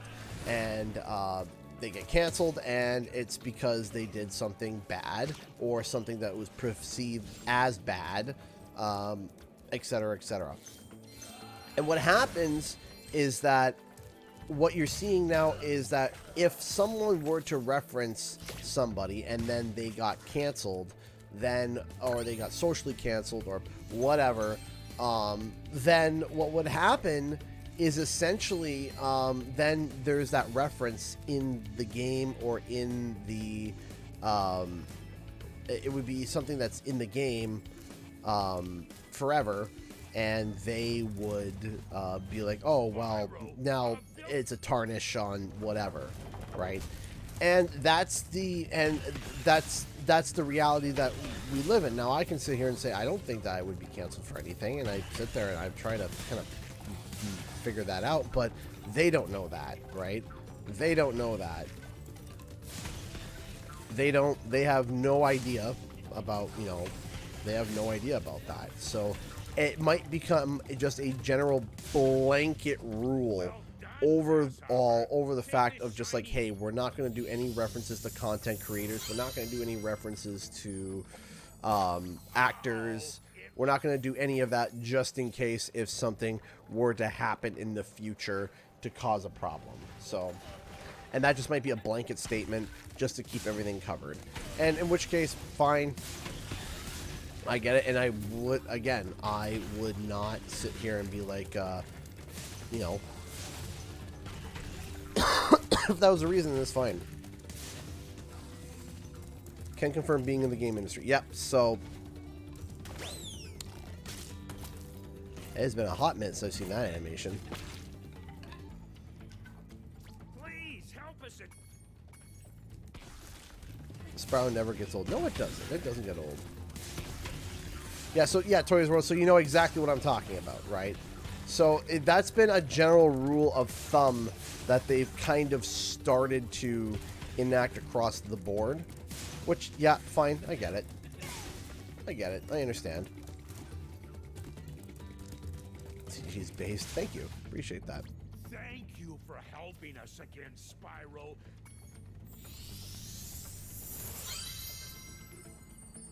All right, we're wrapping up the stream in 40 minutes, and then we'll go to Q&R. Q&R. Yeah, I've been told directly by devs that they don't do that for that reason. Yeah, exactly. It's exactly it. That is the exact, yeah, that's why I figured to be the reason. If you want a direct example, even if you really want to, it's definitely an example that is definitely not great. And it definitely caused a lot of controversy. So, and I don't want this to, oh, I messed up. So again, I don't want this to cause any controversy, so please, I don't want arguments in the chat about this, about whether or not this was a right thing to do or not, because I know a lot of people are very, very emotionally vivid on this. So please, I don't want arguments. I'm just using it as an example of something happening, which was in Overwatch when they changed the character, I think it was McCree to Cassidy. His name was Jesse McCree, and they changed it to Cassidy Cole.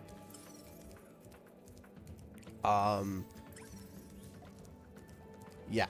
So the character's name was Jesse McCree, and it was changed to I think it was Cassidy Cole or Cole Cassidy. I can't remember. But I believe it was Cassidy Cole.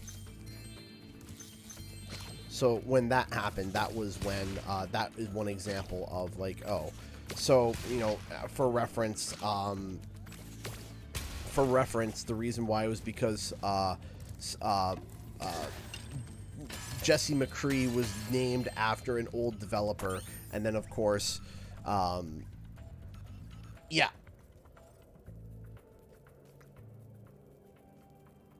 Yeah, that was big when it happened. Yeah. All right. The guy he shared a name with was removed from the company for harassment against employees. Exactly. Yeah, that was. So yeah, that's why. So that's why. That was a big thing. I remember that was a big. That was kind of like the big thing where it was like, okay, we're gonna not do this anymore. That was kind of because I remember there was. I believe it was Blizzard that literally, or Activision, literally released a clause in their contracts that now when they create a character, it will not be in reference to someone who is working or into a real action person, because their actions might change the social opinion on them in the future. I believe that was kind of the wording, I believe, or like the gist of the wording. The gist of the wording was just like, hey, this person might turn around and become a gigantic, not good person later, and now we have their reference directly in our game, and we don't want that. So because of that, they just make that as a... You made it through the Badlands. I knew I'd win that bet. Thank you, Glug. Yeah, that was big when it happened. Yeah, totally. Well, that's exactly what and I believe that was kind of one of the big things that kind of pushed for that, was when that happened, was like, okay, now we just don't do that, period. And understandable. I get it. I totally get it. I remember the debate being whether or not it was to, so, you know, I remember the debate with, the debate that was, you know, going over was the idea of, okay, should the character's name be changed? You know, whenever you go to select him, it said McCree. His full name was Jesse McCree, but whenever you went to go click him, it was McCree. And so it was a debate whether, and they completely changed his name to Cassidy Cole. It's now, is it Cole Cassidy or Cassidy Cole?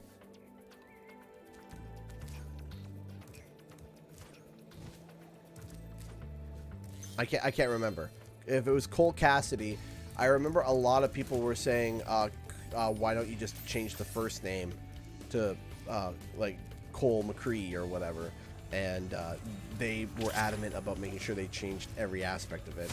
And that was the big debate that everybody was having, was whether or not having a part of, because the argument was, oh, but you know, the name McCree is an actual last name lineage, right? It's not, you know, but they're like, okay, but it was made in reference to somebody else, but then if you change the first name, it's no longer in reference to that. It was a big minutia. I'm just explaining for those who are confused as to why it was a big minutia.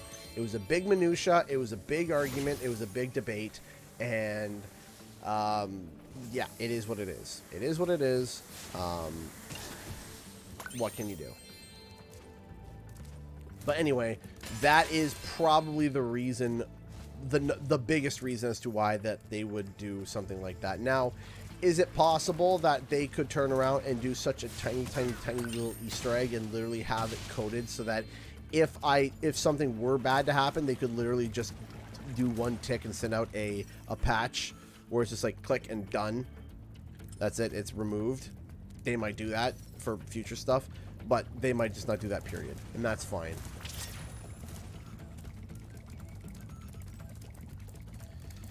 Now, I think what would be even better, in my opinion, than to, in my opinion, I think what would be better than, what would be better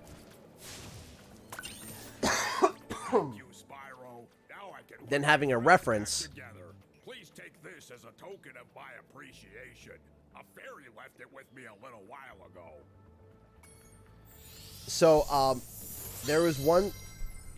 Here we go, time for Dancing Skeleton.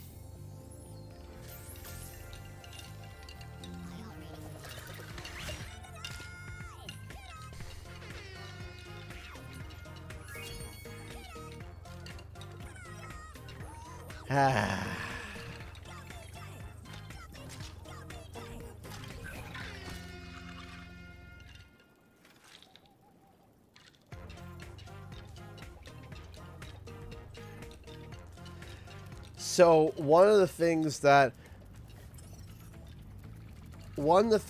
I would love more than to be an air quote reference in the game would be to be able to work on the game.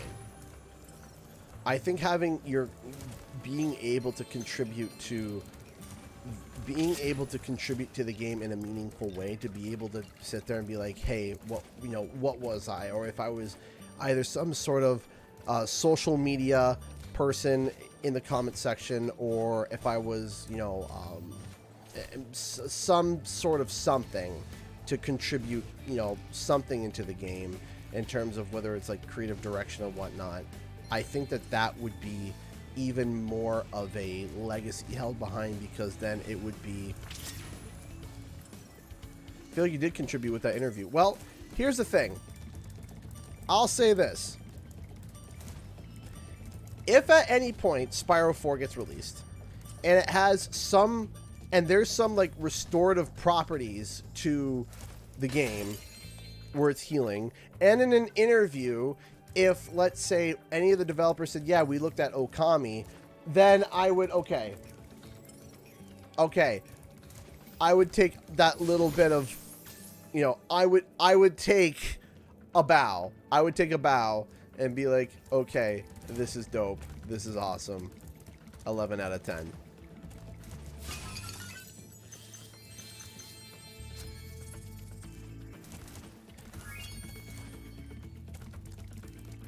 If it gets really... I can't sit here and be like, I know for a fact the game is in development, because I'm not. I'm not going to sit here and be like, I know for... Because here's the thing. I don't want to be wrong. I don't want to be sitting here and say, oh yeah, it's going to come, guys, with 100% certainty. I do think it's going to come, but I'm not going to sit here and be like, yeah, I know for a fact it's coming, guys. And then tomorrow night, when no one's at the studio, a meteor strikes Toys for Bob, and the whole studio has to get redesignated to other locations. No one's harmed or hurt, but the studio is destroyed, and that because of that, no Spyro happens. Then, free accident, right? Hey, Milk Dud, how's it going? How you doing? A lot of familiar. Don't say such things. You get what I mean. You get what I mean, right? Or if something were to happen or whatnot, I'm not going to sit here and be like, yes, I know for a fact with 100% certainty that this is going to happen. I just want to make sure, like, hey, I want to make sure that, because you have to realize something too, is that a lot of people, you gotta believe. In fact, actually, Milk Dub, because you said Fracture Hills, let's go do Fracture Hills now. Let's go do that now. I love Fracture Hills. Good level. Good level. What I can give is speculation.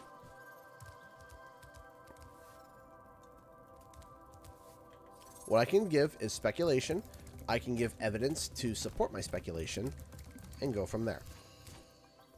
I can give evidence to support my speculation, give evidence to suggest whatever and everywhere, but I can't sit there and be like, yes, I know for a fact it's going to happen. Can't believe it's taken me this long to notice the Spyro float in the background of Jazz Junction. Really?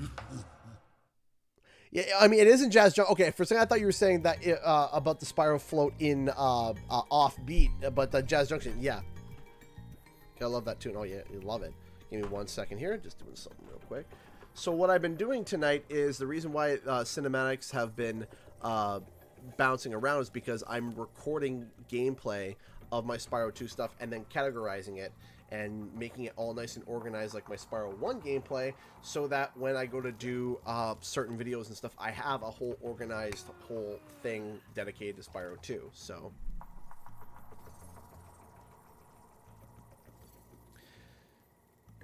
yeah, quite literally, I have an entire like Spyro 4 pitch, and I'm, you know, I'm not done yet. I'm not done with it yet. But so hold on a second. Let me pull something up real quick, just an idea of I'm gonna pull it up. I'm gonna pull it up. And then during Q&R, I'll talk about it because I have no, I don't need that. Thank you. Here we go. So yeah, I came up with 1, 2, 3, 4 level designs, as in like, you know, just like what's the world like, what's going on, just kind of like a summary. So I have it pulled up here, and when we get to Q&R, I'll show you some of the ideas that I had. But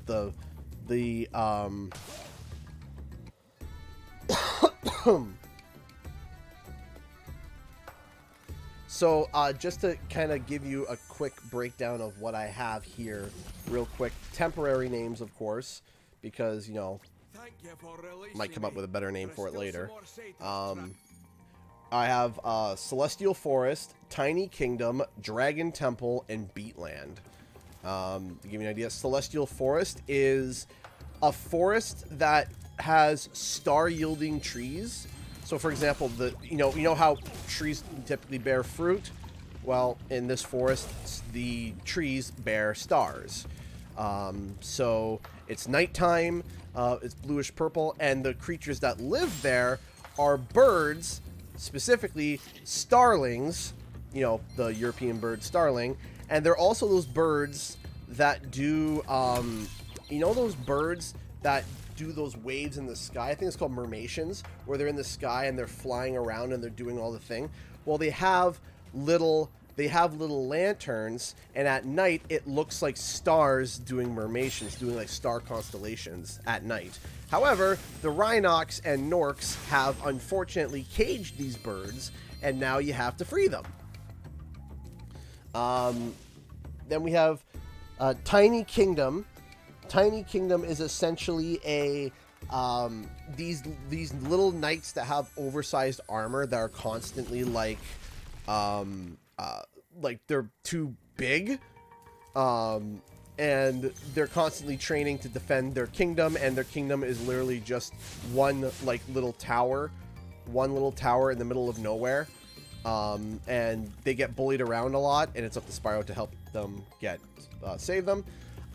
Then I have Dragon Temple, and a lot of people think, oh yeah, it's a temple dedicated to dragons. Actually, no, it's not. It is a Komodo dragon temple, and the idea is that Komodo dragons can't fly and they can't breathe fire, and so they practice martial arts to try to practice to eventually one day become better than dragons. So they have a chip on their shoulder because they're called Komodo dragons, and yet, other than being a lizard, they host no other features of being a dragon, and they're salty about it. And so it's like a temple. It's very much inspired by like Mists of Pandaria. Yeah, so that was that's Dragon Temple, and then the final one I have is Beatland. And I just want you to imagine an entire level dedicated to EDM Technotica, and it's the denizens are robots that have helmets that are inspired by Daft Punk. Just, that's it. And the problem is, the Norks and Rhinox are playing country music, and and everybody hates it in Beatland. And can you please remove them and the, you know, twangy country music from this EDM world, please? that's kind of the idea.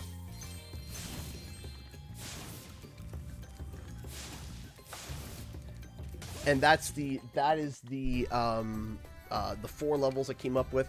The flight levels that I came up with was, I stole a chapter right out of I stole It's great to be free. Now there's only one satyr left to rescue. I stole a chapter right out of Ratchet & Clank Rift Apart, and I thought what would be really cool is instead of having a flight level, what you could have is, I have it called right here, a portal flight level.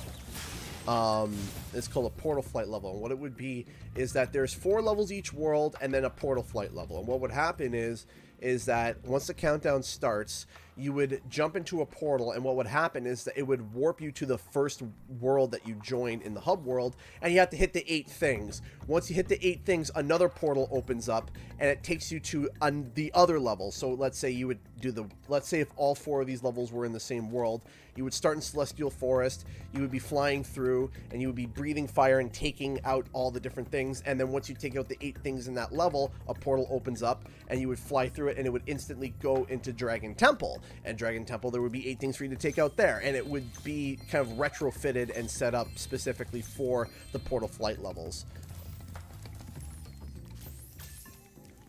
So again, it would just be ripping a page right out of Rift Apart's book, 100%. Not even gonna hide that. And it would just allow you to be able to I found a way to around Moneybags with a Super Flame, but yeah, I turn off Super Flame. I always turn off Super Flame. I say neat and then never use it.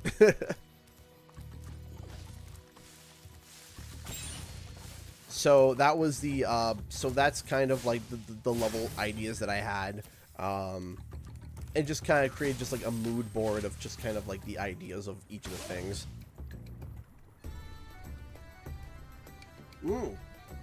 Komodo Dojo, that might be a good way to way to do that. Yeah, you could totally do, and you could totally do a reference to the Komodo Bros in this dojo as well. 100%. You could totally do an Easter egg.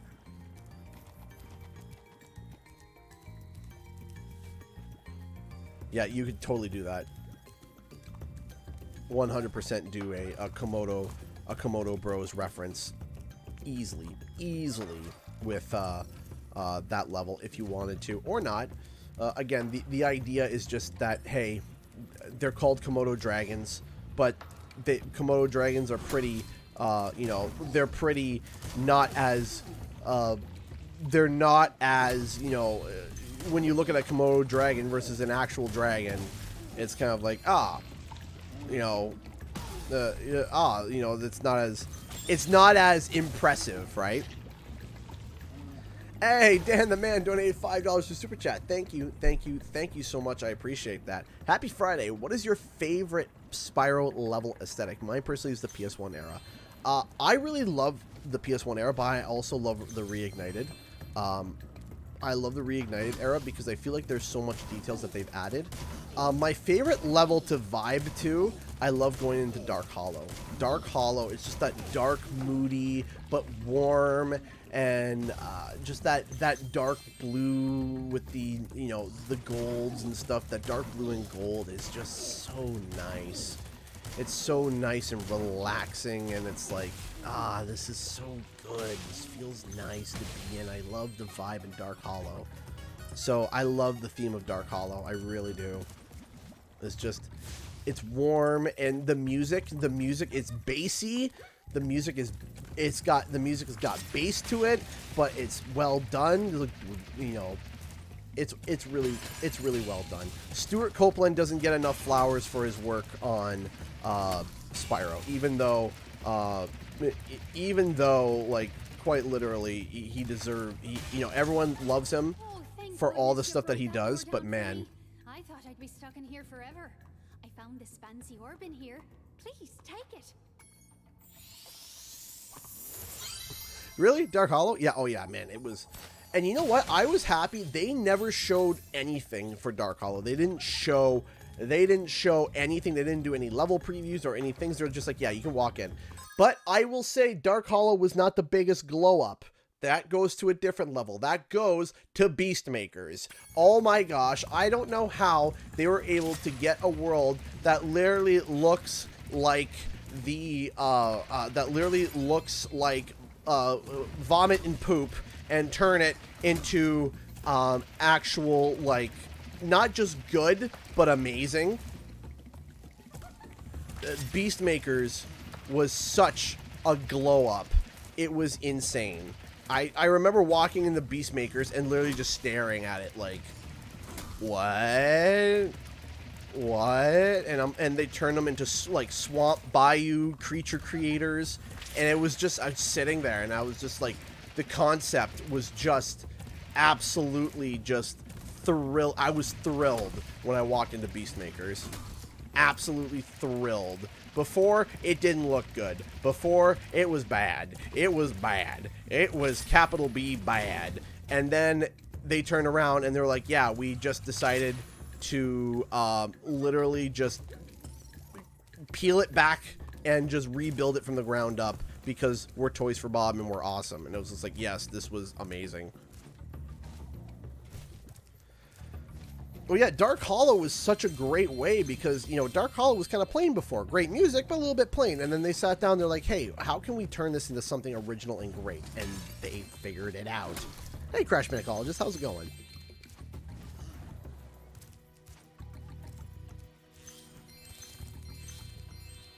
Oh, yeah. Yeah, if you can complete 3 supercharges all around over and over and over and over and over again, you get a skill point. Ow.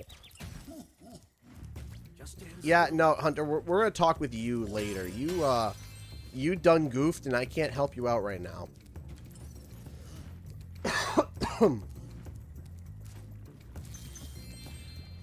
Yeah, Toys for Bob's glow up on Beastmakers overall was just such a pleasant shock. It was a very, very happy, like, wow, this was not something I expected, and now I am very pleased. It's like I was very pleased with this design. It was just so well done. Yeah. Oh, come on! I'll deal with you later. I know I have to come back later anyway, but you know what? We're vibing in here. I like it. The Hunter goof? The Hunter goofed. Hunter goofed, okay? Listen, when a strange old goat walks up to you and says, I'll turn your feet into gold, you say no. No. No. No thanks. I'm good. I don't want to turn my feet into anything. In fact, leave my feet the way they are and don't touch them. In fact, why is an old goat man wanting to pour juice all over my feet? This is very weird and very strange. Why would you say yes? So let me tell you something. 100% it's Hunter's fault. Because why is he letting a strange old goat man pour juice all over his feet? Please, no. Like, no. That is just, what... Basic 101 training. Don't let old people or old goats pour things on your feet. I think that would be, I think that if you let anyone do that, you kind of are deserving of whatever it is that is going to happen to you. If your feet decide to just literally burn up and, fall off, well, that's on you because you let an old goat pour juice all over your feet. Why?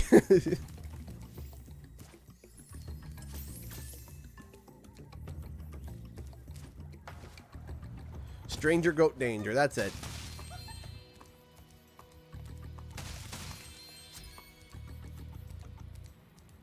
This is where Laura's from? No, because I think they You're my hero. Thanks for saving poor helpless little me. Sorry, short stuff. I was only in here because I like the peace and quiet. Anyway, the other fawns wanted me to give you this talisman. So, I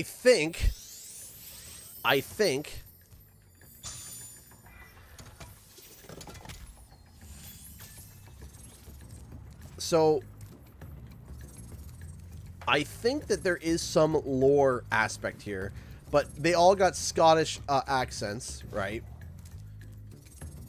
So I think that there is perhaps some connection to where there's like not regional, like, hey, it's a different species of, just a,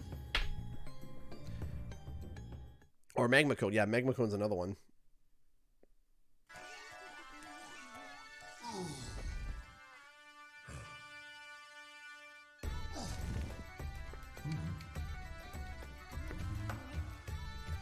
Take care, Toys World.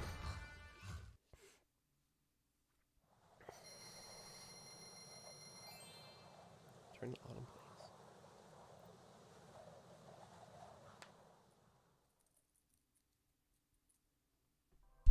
Scotland! Alright, ladies and gents. So, I think this leaves us just a good amount of time to be able to do some Q&R and have a little bit of a longer Q&R. Because there's been a lot of questions I noticed tonight. I noticed that there's a lot of people with a lot of questions. So, you know, we can go a little bit longer if people so want to. Yeah, I love the bagpipes. The bagpipes are absolutely just amazing. I love the bagpipes. I find with bagpipes, a lot of people have very staunch opinions about them. Some people very much dislike bagpipes. Some people absolutely adore bagpipes. You can slide me into the adore chart. I very much like bagpipes a lot. I think they're a very beautiful instrument. I know it sounds weird, but it's true. Thank you, Elena, for the $5 super chat. Oh, hold on. Wait, nope, we're good. There we go. Wait, yeah, we're good. Okay. Sorry, I had my thing goofed up there. Thank you so much, Elena, for the $5. My mom has some characters who would, name-wise, fit right into your forest level. Example, Venus and her brother, Ursa Major, Kids, Hunter and Beyond. Okay, I think that would be interesting. Yeah, okay, so I like the idea of using different, like celestial name beings to be names for characters. I think that would be really cool. So, bagpipes are fun. They are fun. They are great. But no, I love bagpipes. I love bagpipes. There's dancing. You know, when you're sitting there and there's, you know, and you hear bagpipes. You know, the leg starts bouncing and you start getting into it, right? You could play bagpipes for happy. You could play bagpipes for sad. You could play. There's a number of different ways that you can play bagpipes. So again, thank you everyone so much for all the support for this month. I really do appreciate it. We'll be resetting the bar probably after this stream. So again, thank you so much. I appreciate all the help that you guys give always. Thank you so much for your support. You guys are awesome. Thank you. What emote would you like to see in Rumble? I would love to see the crash dance because it was unused in Crash 4. How do we not have that in the game yet? That would be cool. The crash dance would be absolutely amazing. Like, that needs to happen at least. Like, come on, we gotta have the crash dance. That would just be absolutely awesome. I'm on Team Adore. Yeah, I love bagpipes. Yeah, a lot of people who love bagpipes. Okay, guy, I know they probably won't, but if they ever stop making Spyro and Crash, what would happen to your channel? So what would happen to my channel is I would have to change, of course. Of course I would have to change. If I want to keep doing what I'm doing, if I want to be able to creating content that you guys enjoy, I would have to change. And there was nothing else that I could do. There was quite literally nothing else. That's my only option. And if that doesn't work, then it would have to be if I had to stop doing YouTube, because let's say for some reason I try to do the change and YouTube is weird and finicky like it is now, and you know, it's either not bringing in enough income or people aren't digging it, and I'm no longer needed or no longer wanted in terms of making content, then I would probably go back to editing. I would probably just go back to editing, and I would probably try to do consulting for creating content, like social media consulting and stuff. And yeah, that's what I would try to do. Is, of course, if Crash and Spyro were to be, you know, Thanos snapped out of existence, and then I'd be like, okay, well, I have to figure something out, and if I couldn't get it up and going, then it'd be time to end the channel. And that, you know, even saying that sounds really bad, but I mean, what else could I do, right? You know, it's a lot, but it is something that's on my mind. You know, it's always wondering, like, you know, is my time up, right? And that is something that goes through my mind sometimes, as I wonder, is this it? Is my time up? Am I done?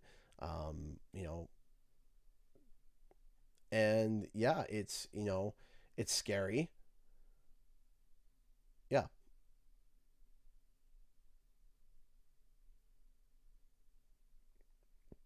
Raven donated $5 through Super Chat. Thank you so much. Gonna slip into Super Chat before your stream ends. I hope you get to interview Stuart Copeland someday for the Spyro OST. That would be cool. I would love to be able to sit down and have a conversation with Stuart Copeland in terms of strictly Spyro. I think Stuart Copeland would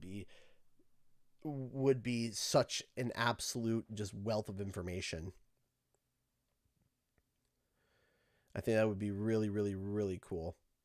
If you could have a Spyro character added to Rumble, other than Spyro, who would you want to see? Not necessarily who you think will come. Who would I want to see? Not necessarily who I think would come.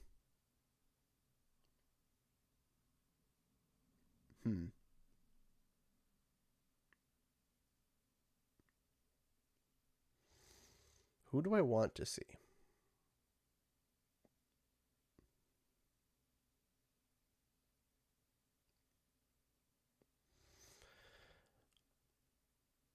I think Hunter. I think Hunter is a really, really like right there. Like I'm shocked. Like, and I'm also shocked that he's not in there right now. Like I'm shocked that he hasn't been data mined.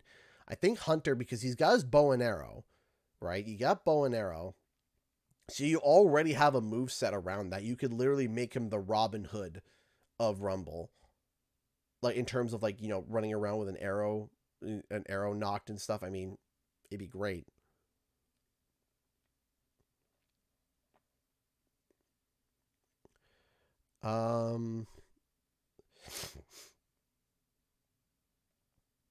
Would you ever stream Banjo-Kazooie or Tooie in future streams? Absolutely. Banjo-Kazooie has been on my radar for such a long time, and I'm just nervous. I'm nervous about it. I just want to,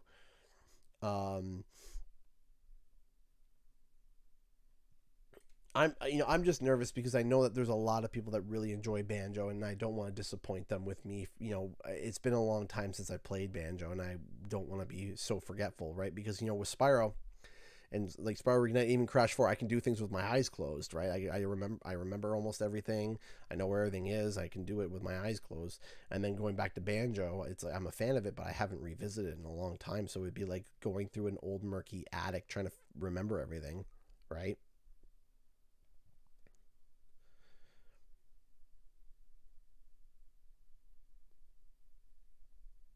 Oh, Emerald Queen.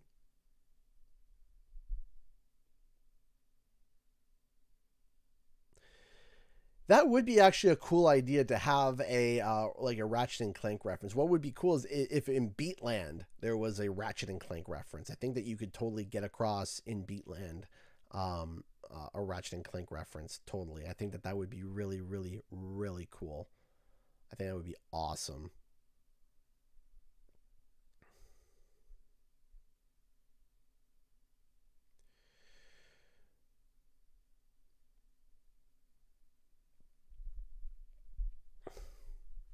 What do you think is lost if we stop supporting physical media?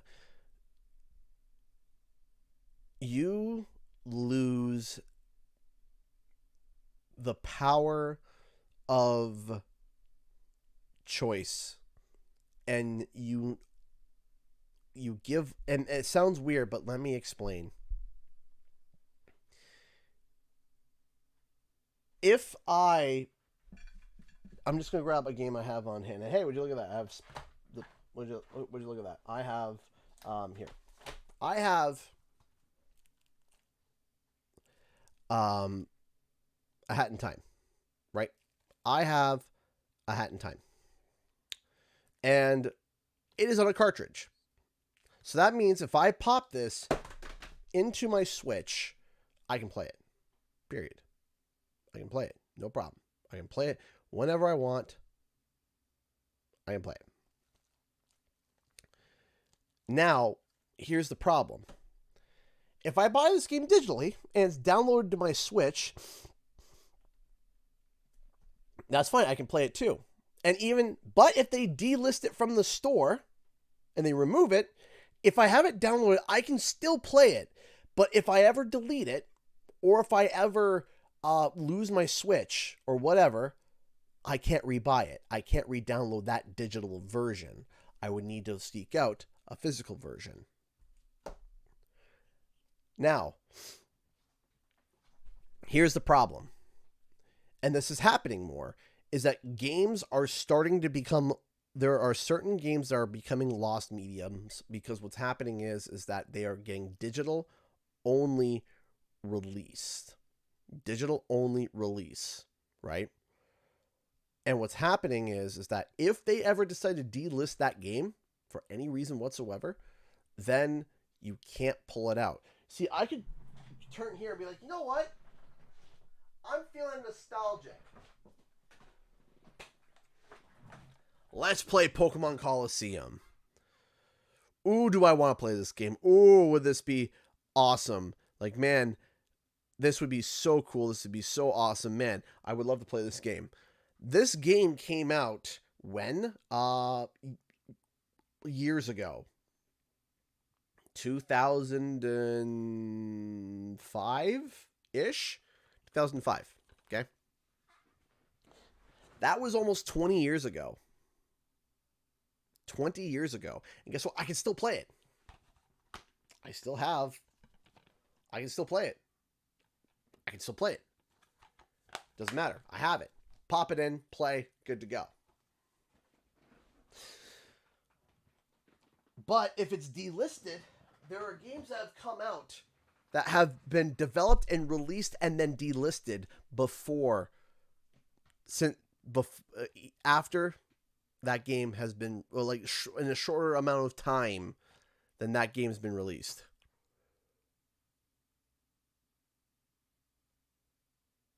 That's a problem. Even physical media sales. Yes, physical media still has to get a download, but there's still a game to play. Maybe it's buggy, sure. Maybe it's not as great, yeah. But there's a game to play. There's a game to play. There is a game to physically play, right? You can still play it even if it's not okay, maybe it's got bugs in it but it's better than not being able to play it, period. And also to do reprints later on, like they did with Spyro, where if they start reprinting games, they start reprinting with the more up-to-date patches on them, so that when people get the game later on, like let's say if I were to go and buy Spider-Man 2018 now, if I went and bought that, it would probably have the most up-to-date patch instead of me having to wait to download, because that costs money for them to store all of that information up in a cloud for me to access and then download. So, favorite Halo? Halo Reach. By far, Halo Reach. I loved Halo Reach. I really enjoyed Halo 3, but I loved Halo Reach. I loved Halo Reach.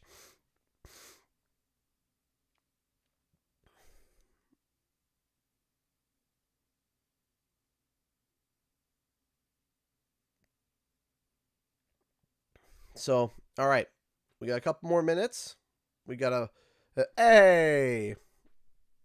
Thank you. Thank you so much. Milk Dud just donated $8 to Streamlabs. One last donation for the month. Thank you. Thank you so much. We're now at 510. I really appreciate that. Thank you. Thank you so much for the support, everybody.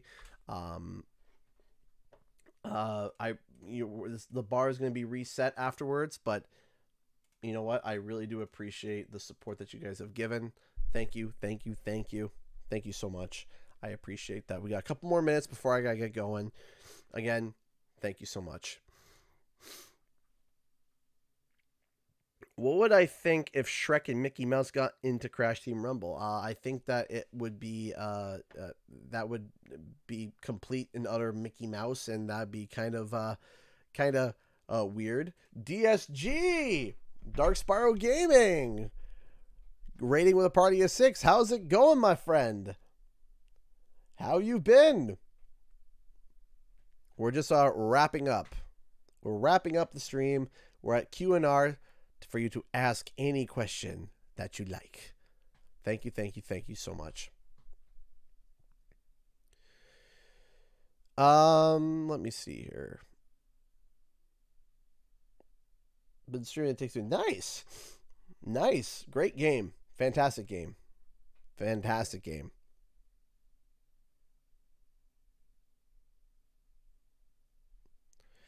Would you rather always have fall and autumn or always have summer? Ooh, that's a hard one. That's a hard one. Canadian summer or Canadian fall? Because that does matter. That does take into account.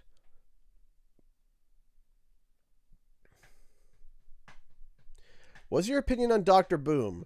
Depending on what you're talking about in terms of like either the card or the character or whatever, Dr. Boom is kind of a hilarious guy. He's just a funny lad who screams incoherent things.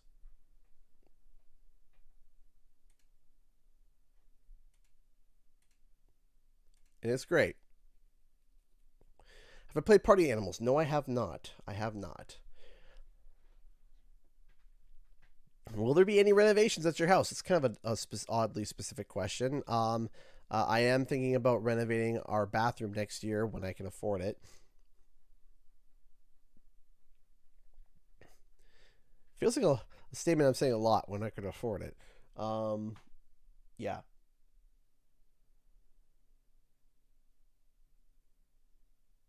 I love characters who incoherently scream, right? Isn't that awesome?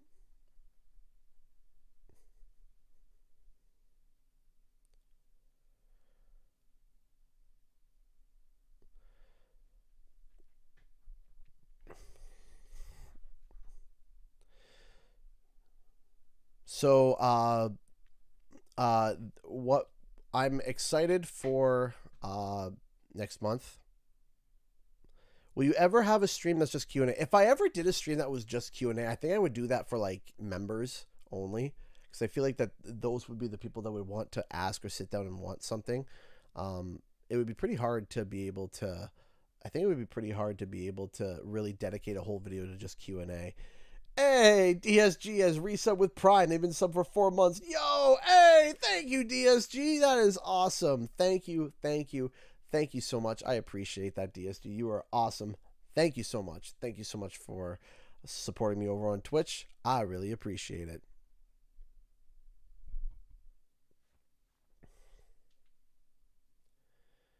All right, I got 5 minutes left on my clock, and then I'll be signing off.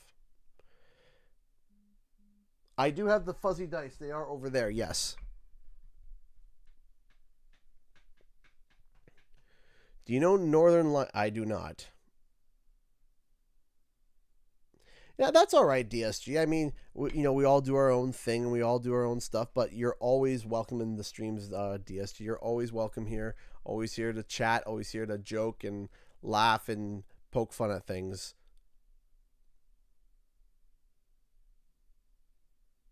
CGE, I've always wondered, how has Spyro as a character positively changed your life? Man, where do I start? The character Spyro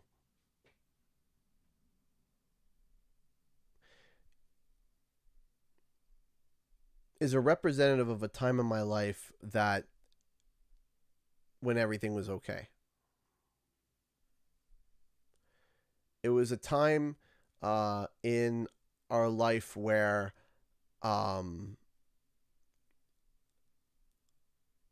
everything felt and seemed stable, where the only thing that I was wondering about or worrying about was whether or not I was going to get Hot Pockets that day. It was during a time where if I could sit down with my siblings and be able to talk with them and hang out with them. And what Spyro is, it's this rhythmic game that has so many memories tied to it for me as somebody who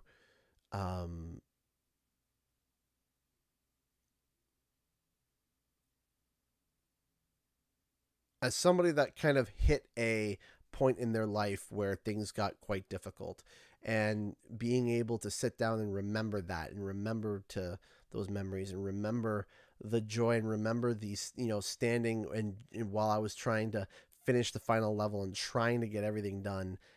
That's something that is such a happy thing. Milk Dud became a $10 member. Oh my gosh. Thank you so much, Milk Dud, for becoming a $10 member. Thank you. Thank you. Thank you so much. Now you get access to a bunch of emojis. And I am thinking about adding more membership benefits in the future so that members can get more and be able to hang out more. Spyro is a representative of things that I remember as a child, and things that the good memories and the fun memories, and I remember, and the character has continued to help me out today, even into my YouTube career. Not arguably, it is without a doubt. Without Spyro, I would not be in the position that I am now. Without Spyro, I would not be in the place that I am right now. Spyro has quite literally helped, and I thank God every day for that, for you guys, for being able to have a community that is so strong and held together. I'm thankful, every day that I'm able to do this. I'm able to have conversations, to be able to sit down and be able to create content, to talk about things that inspire so much nostalgia and feelings. And, sometimes, and I have to sit down and I have to remind myself once in a while when things start to feel really all over the place of what it is that I'm doing and why I'm here and why I get to do it and the opportunities I've been given. And it is just, without a doubt, one of my favorite things to be able to do. And I feel like that being a YouTuber, being a content creator is quite literally what it feels like the job that I was meant to do. And sometimes some people, they don't ever get that opportunity. And I'm grateful and thankful that it's because of you guys that I'm able to do this full time. And I'm always overwhelmed by the love and support that you guys give. I'm always astounded. Oh, so grateful for everything. So 1 minute left, and then I'm going to be going. 1 minute left. So get your final questions in. Final donations, final questions. Get everything in, because I got a minute left, and then I have to go. And again, I really appreciate all the love and support that you guys have given me tonight. So again, thank you everyone for everything. You guys are awesome. Thank you. How many figures do you have? Do your kids play Spyro? So when they get the chance, yes, they do get to play Spyro. How many Funkos do I have? I had a count before. Over 200.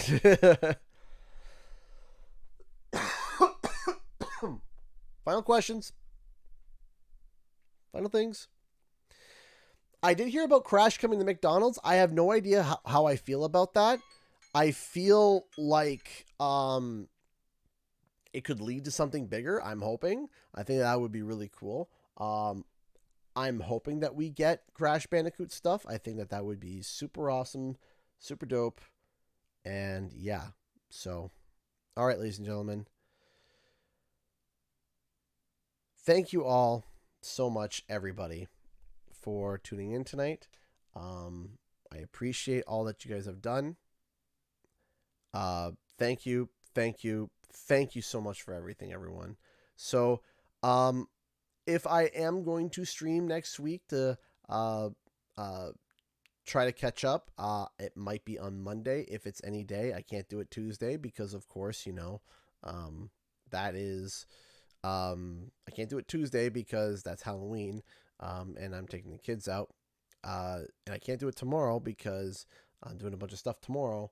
So, if I do an extra stream this week, it would be on Monday, and I will let you guys know. At the moment, consider it as probably not happening, but you never know. We'll have to see. So, thank you all so much for watching, everybody, and I'll see you guys in the next video and or live stream. Time for the countdown. 10, 9, 8, 7, 6, 5, 4, 3, 2, 1. Bye.